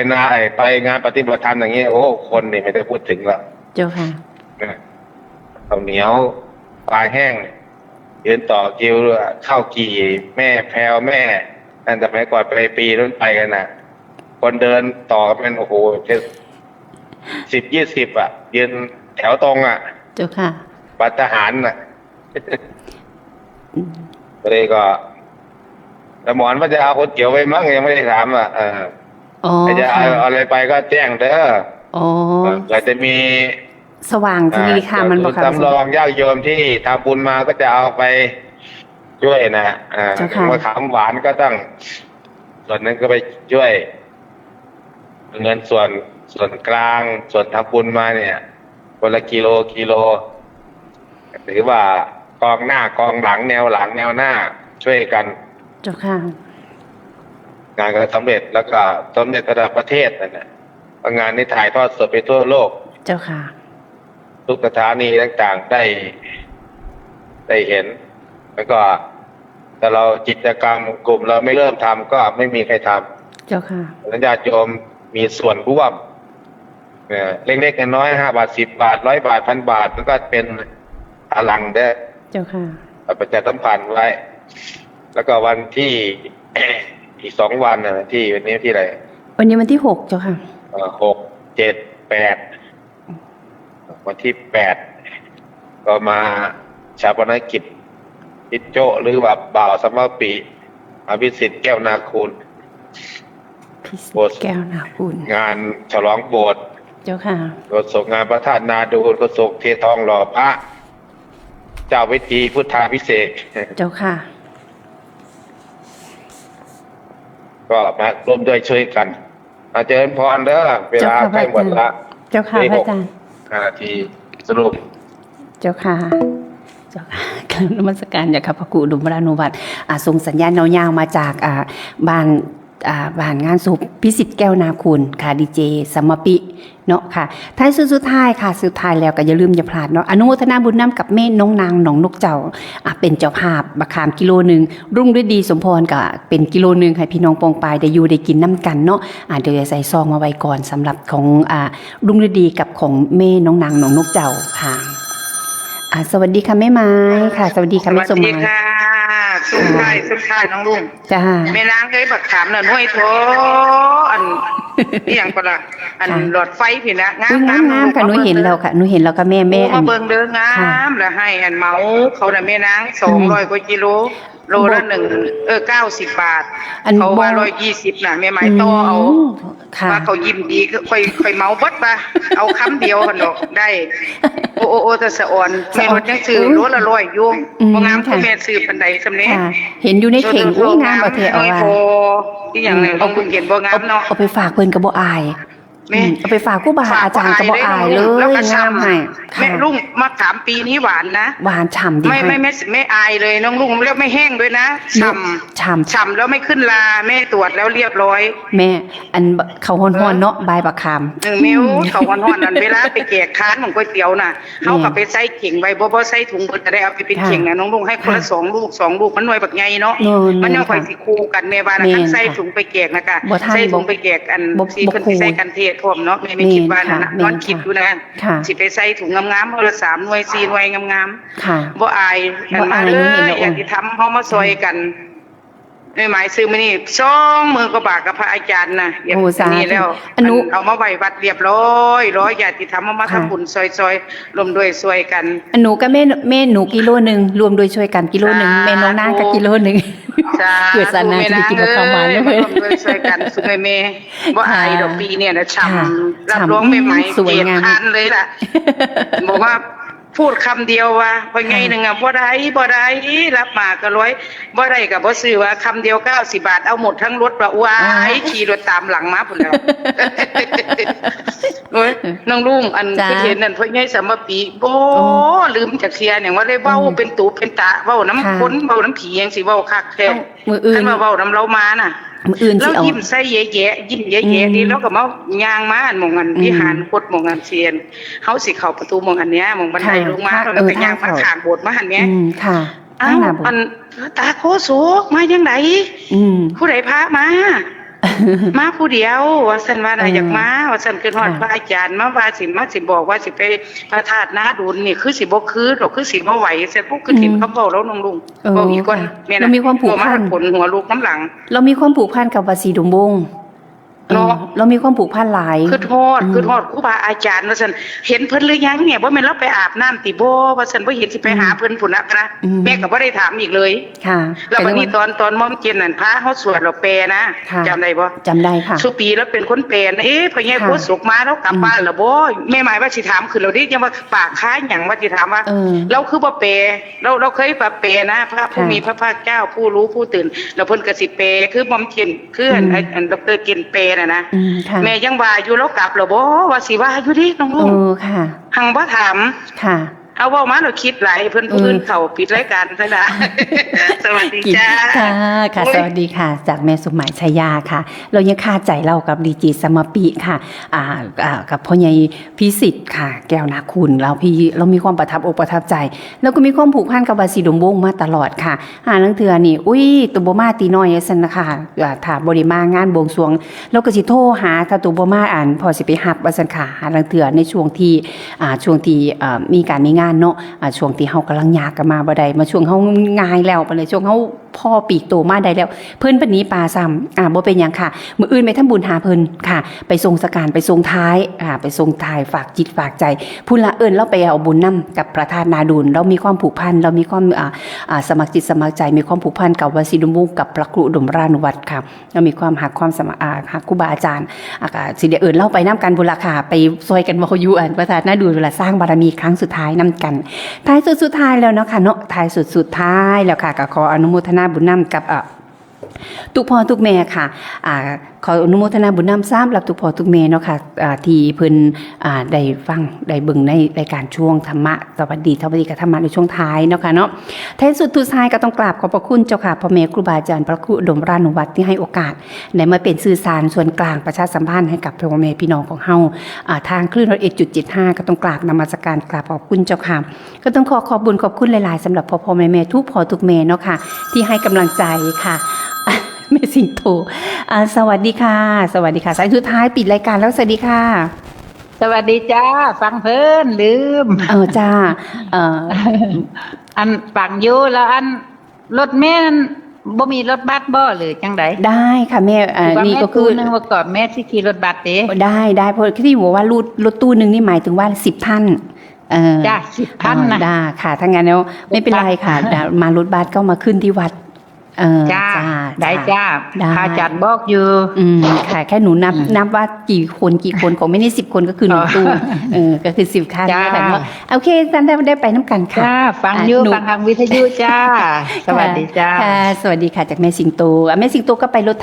ถบัสกับหนูนะคะเนาะหนูก็นั่งรถบัสด้วยกันค่ะมวลซืนโฮเซลท้ายสุดท้ายก็ต้องกราบขอบพระคุณเจ้าค่ะขอบพระคุณพ่อแม่เนาะทุกพ่อทุกแม่ท้ายสุดท้ายกินเวลาอาจารย์พระครูศรีธุริยาภรณ์นะคะเนาะชีวิตเจ้าเคยคิดบ้างไหมหนอวันนี้เจ้าเกิดก่อวันหนึ่งหนอก็มาลายวันคืนที่ผ่านผันยิ่งน้ำวันยิ่งใจหายเกิดแก่และเจ็บตายมีอะไรให้พึ่งพาพอกันไหมในมื้ออื่นนะคะเนาะกราบนมัสการเจ้าค่ะสวัสดีค่ะ